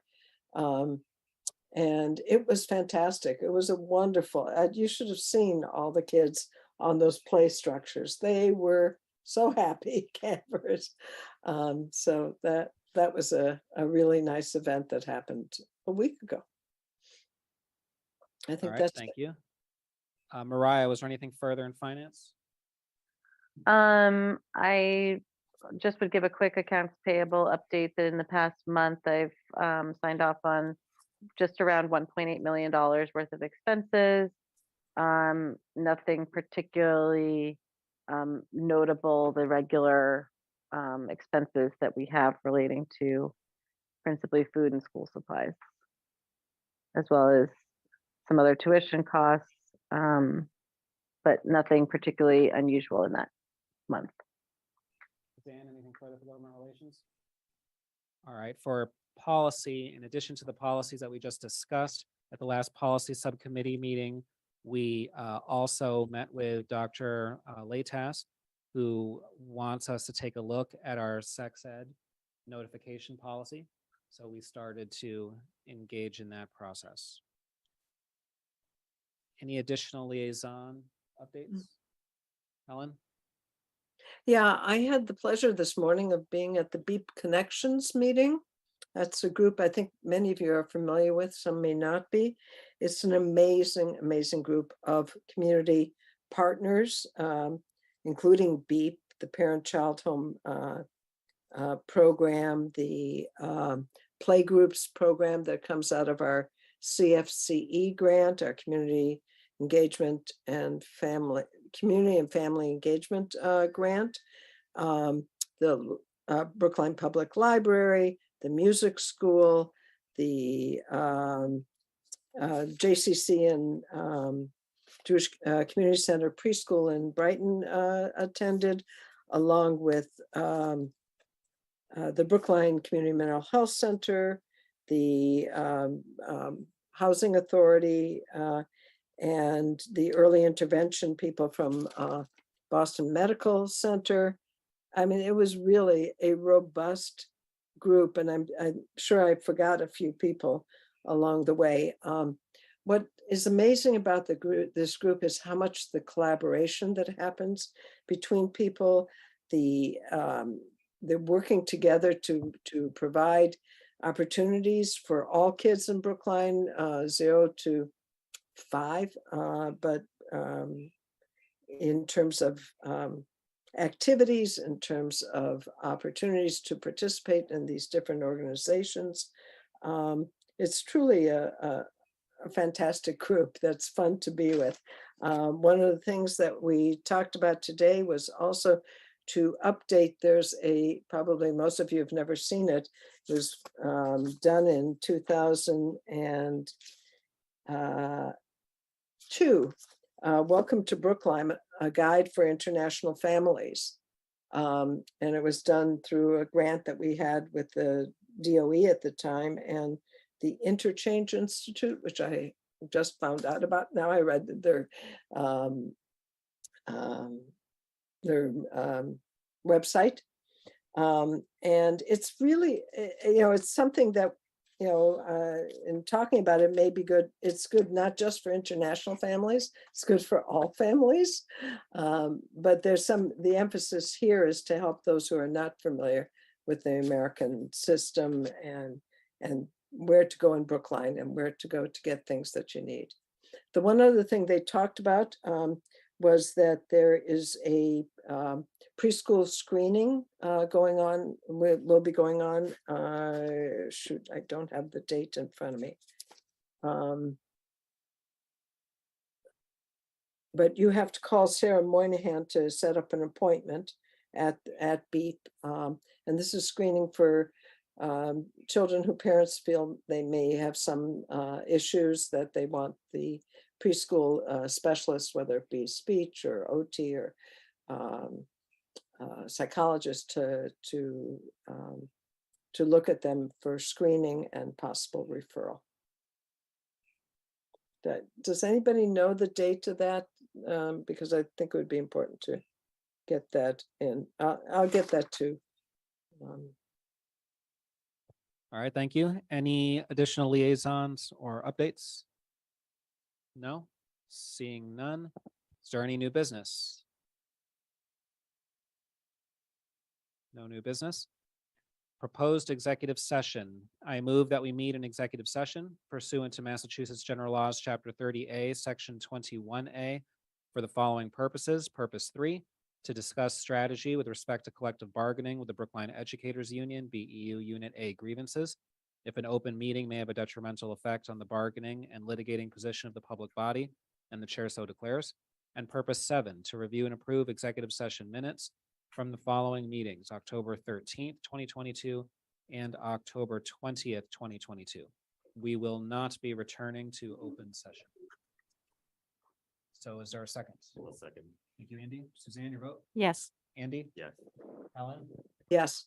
Steve? Yeah. Nancy? Yes. Mariah? Yes, and I just want to provide the date that Helen referred to. It's Tuesday, November 29th for the screening. And people can call 617-713-5473 by the 22nd to sign up for that. All right. Thank very you, much for that Mariah. information. Thank you. All right. So good night, everyone, for those who watched us this evening. And school committee members, we now go to, I think you have a separate link. Okay.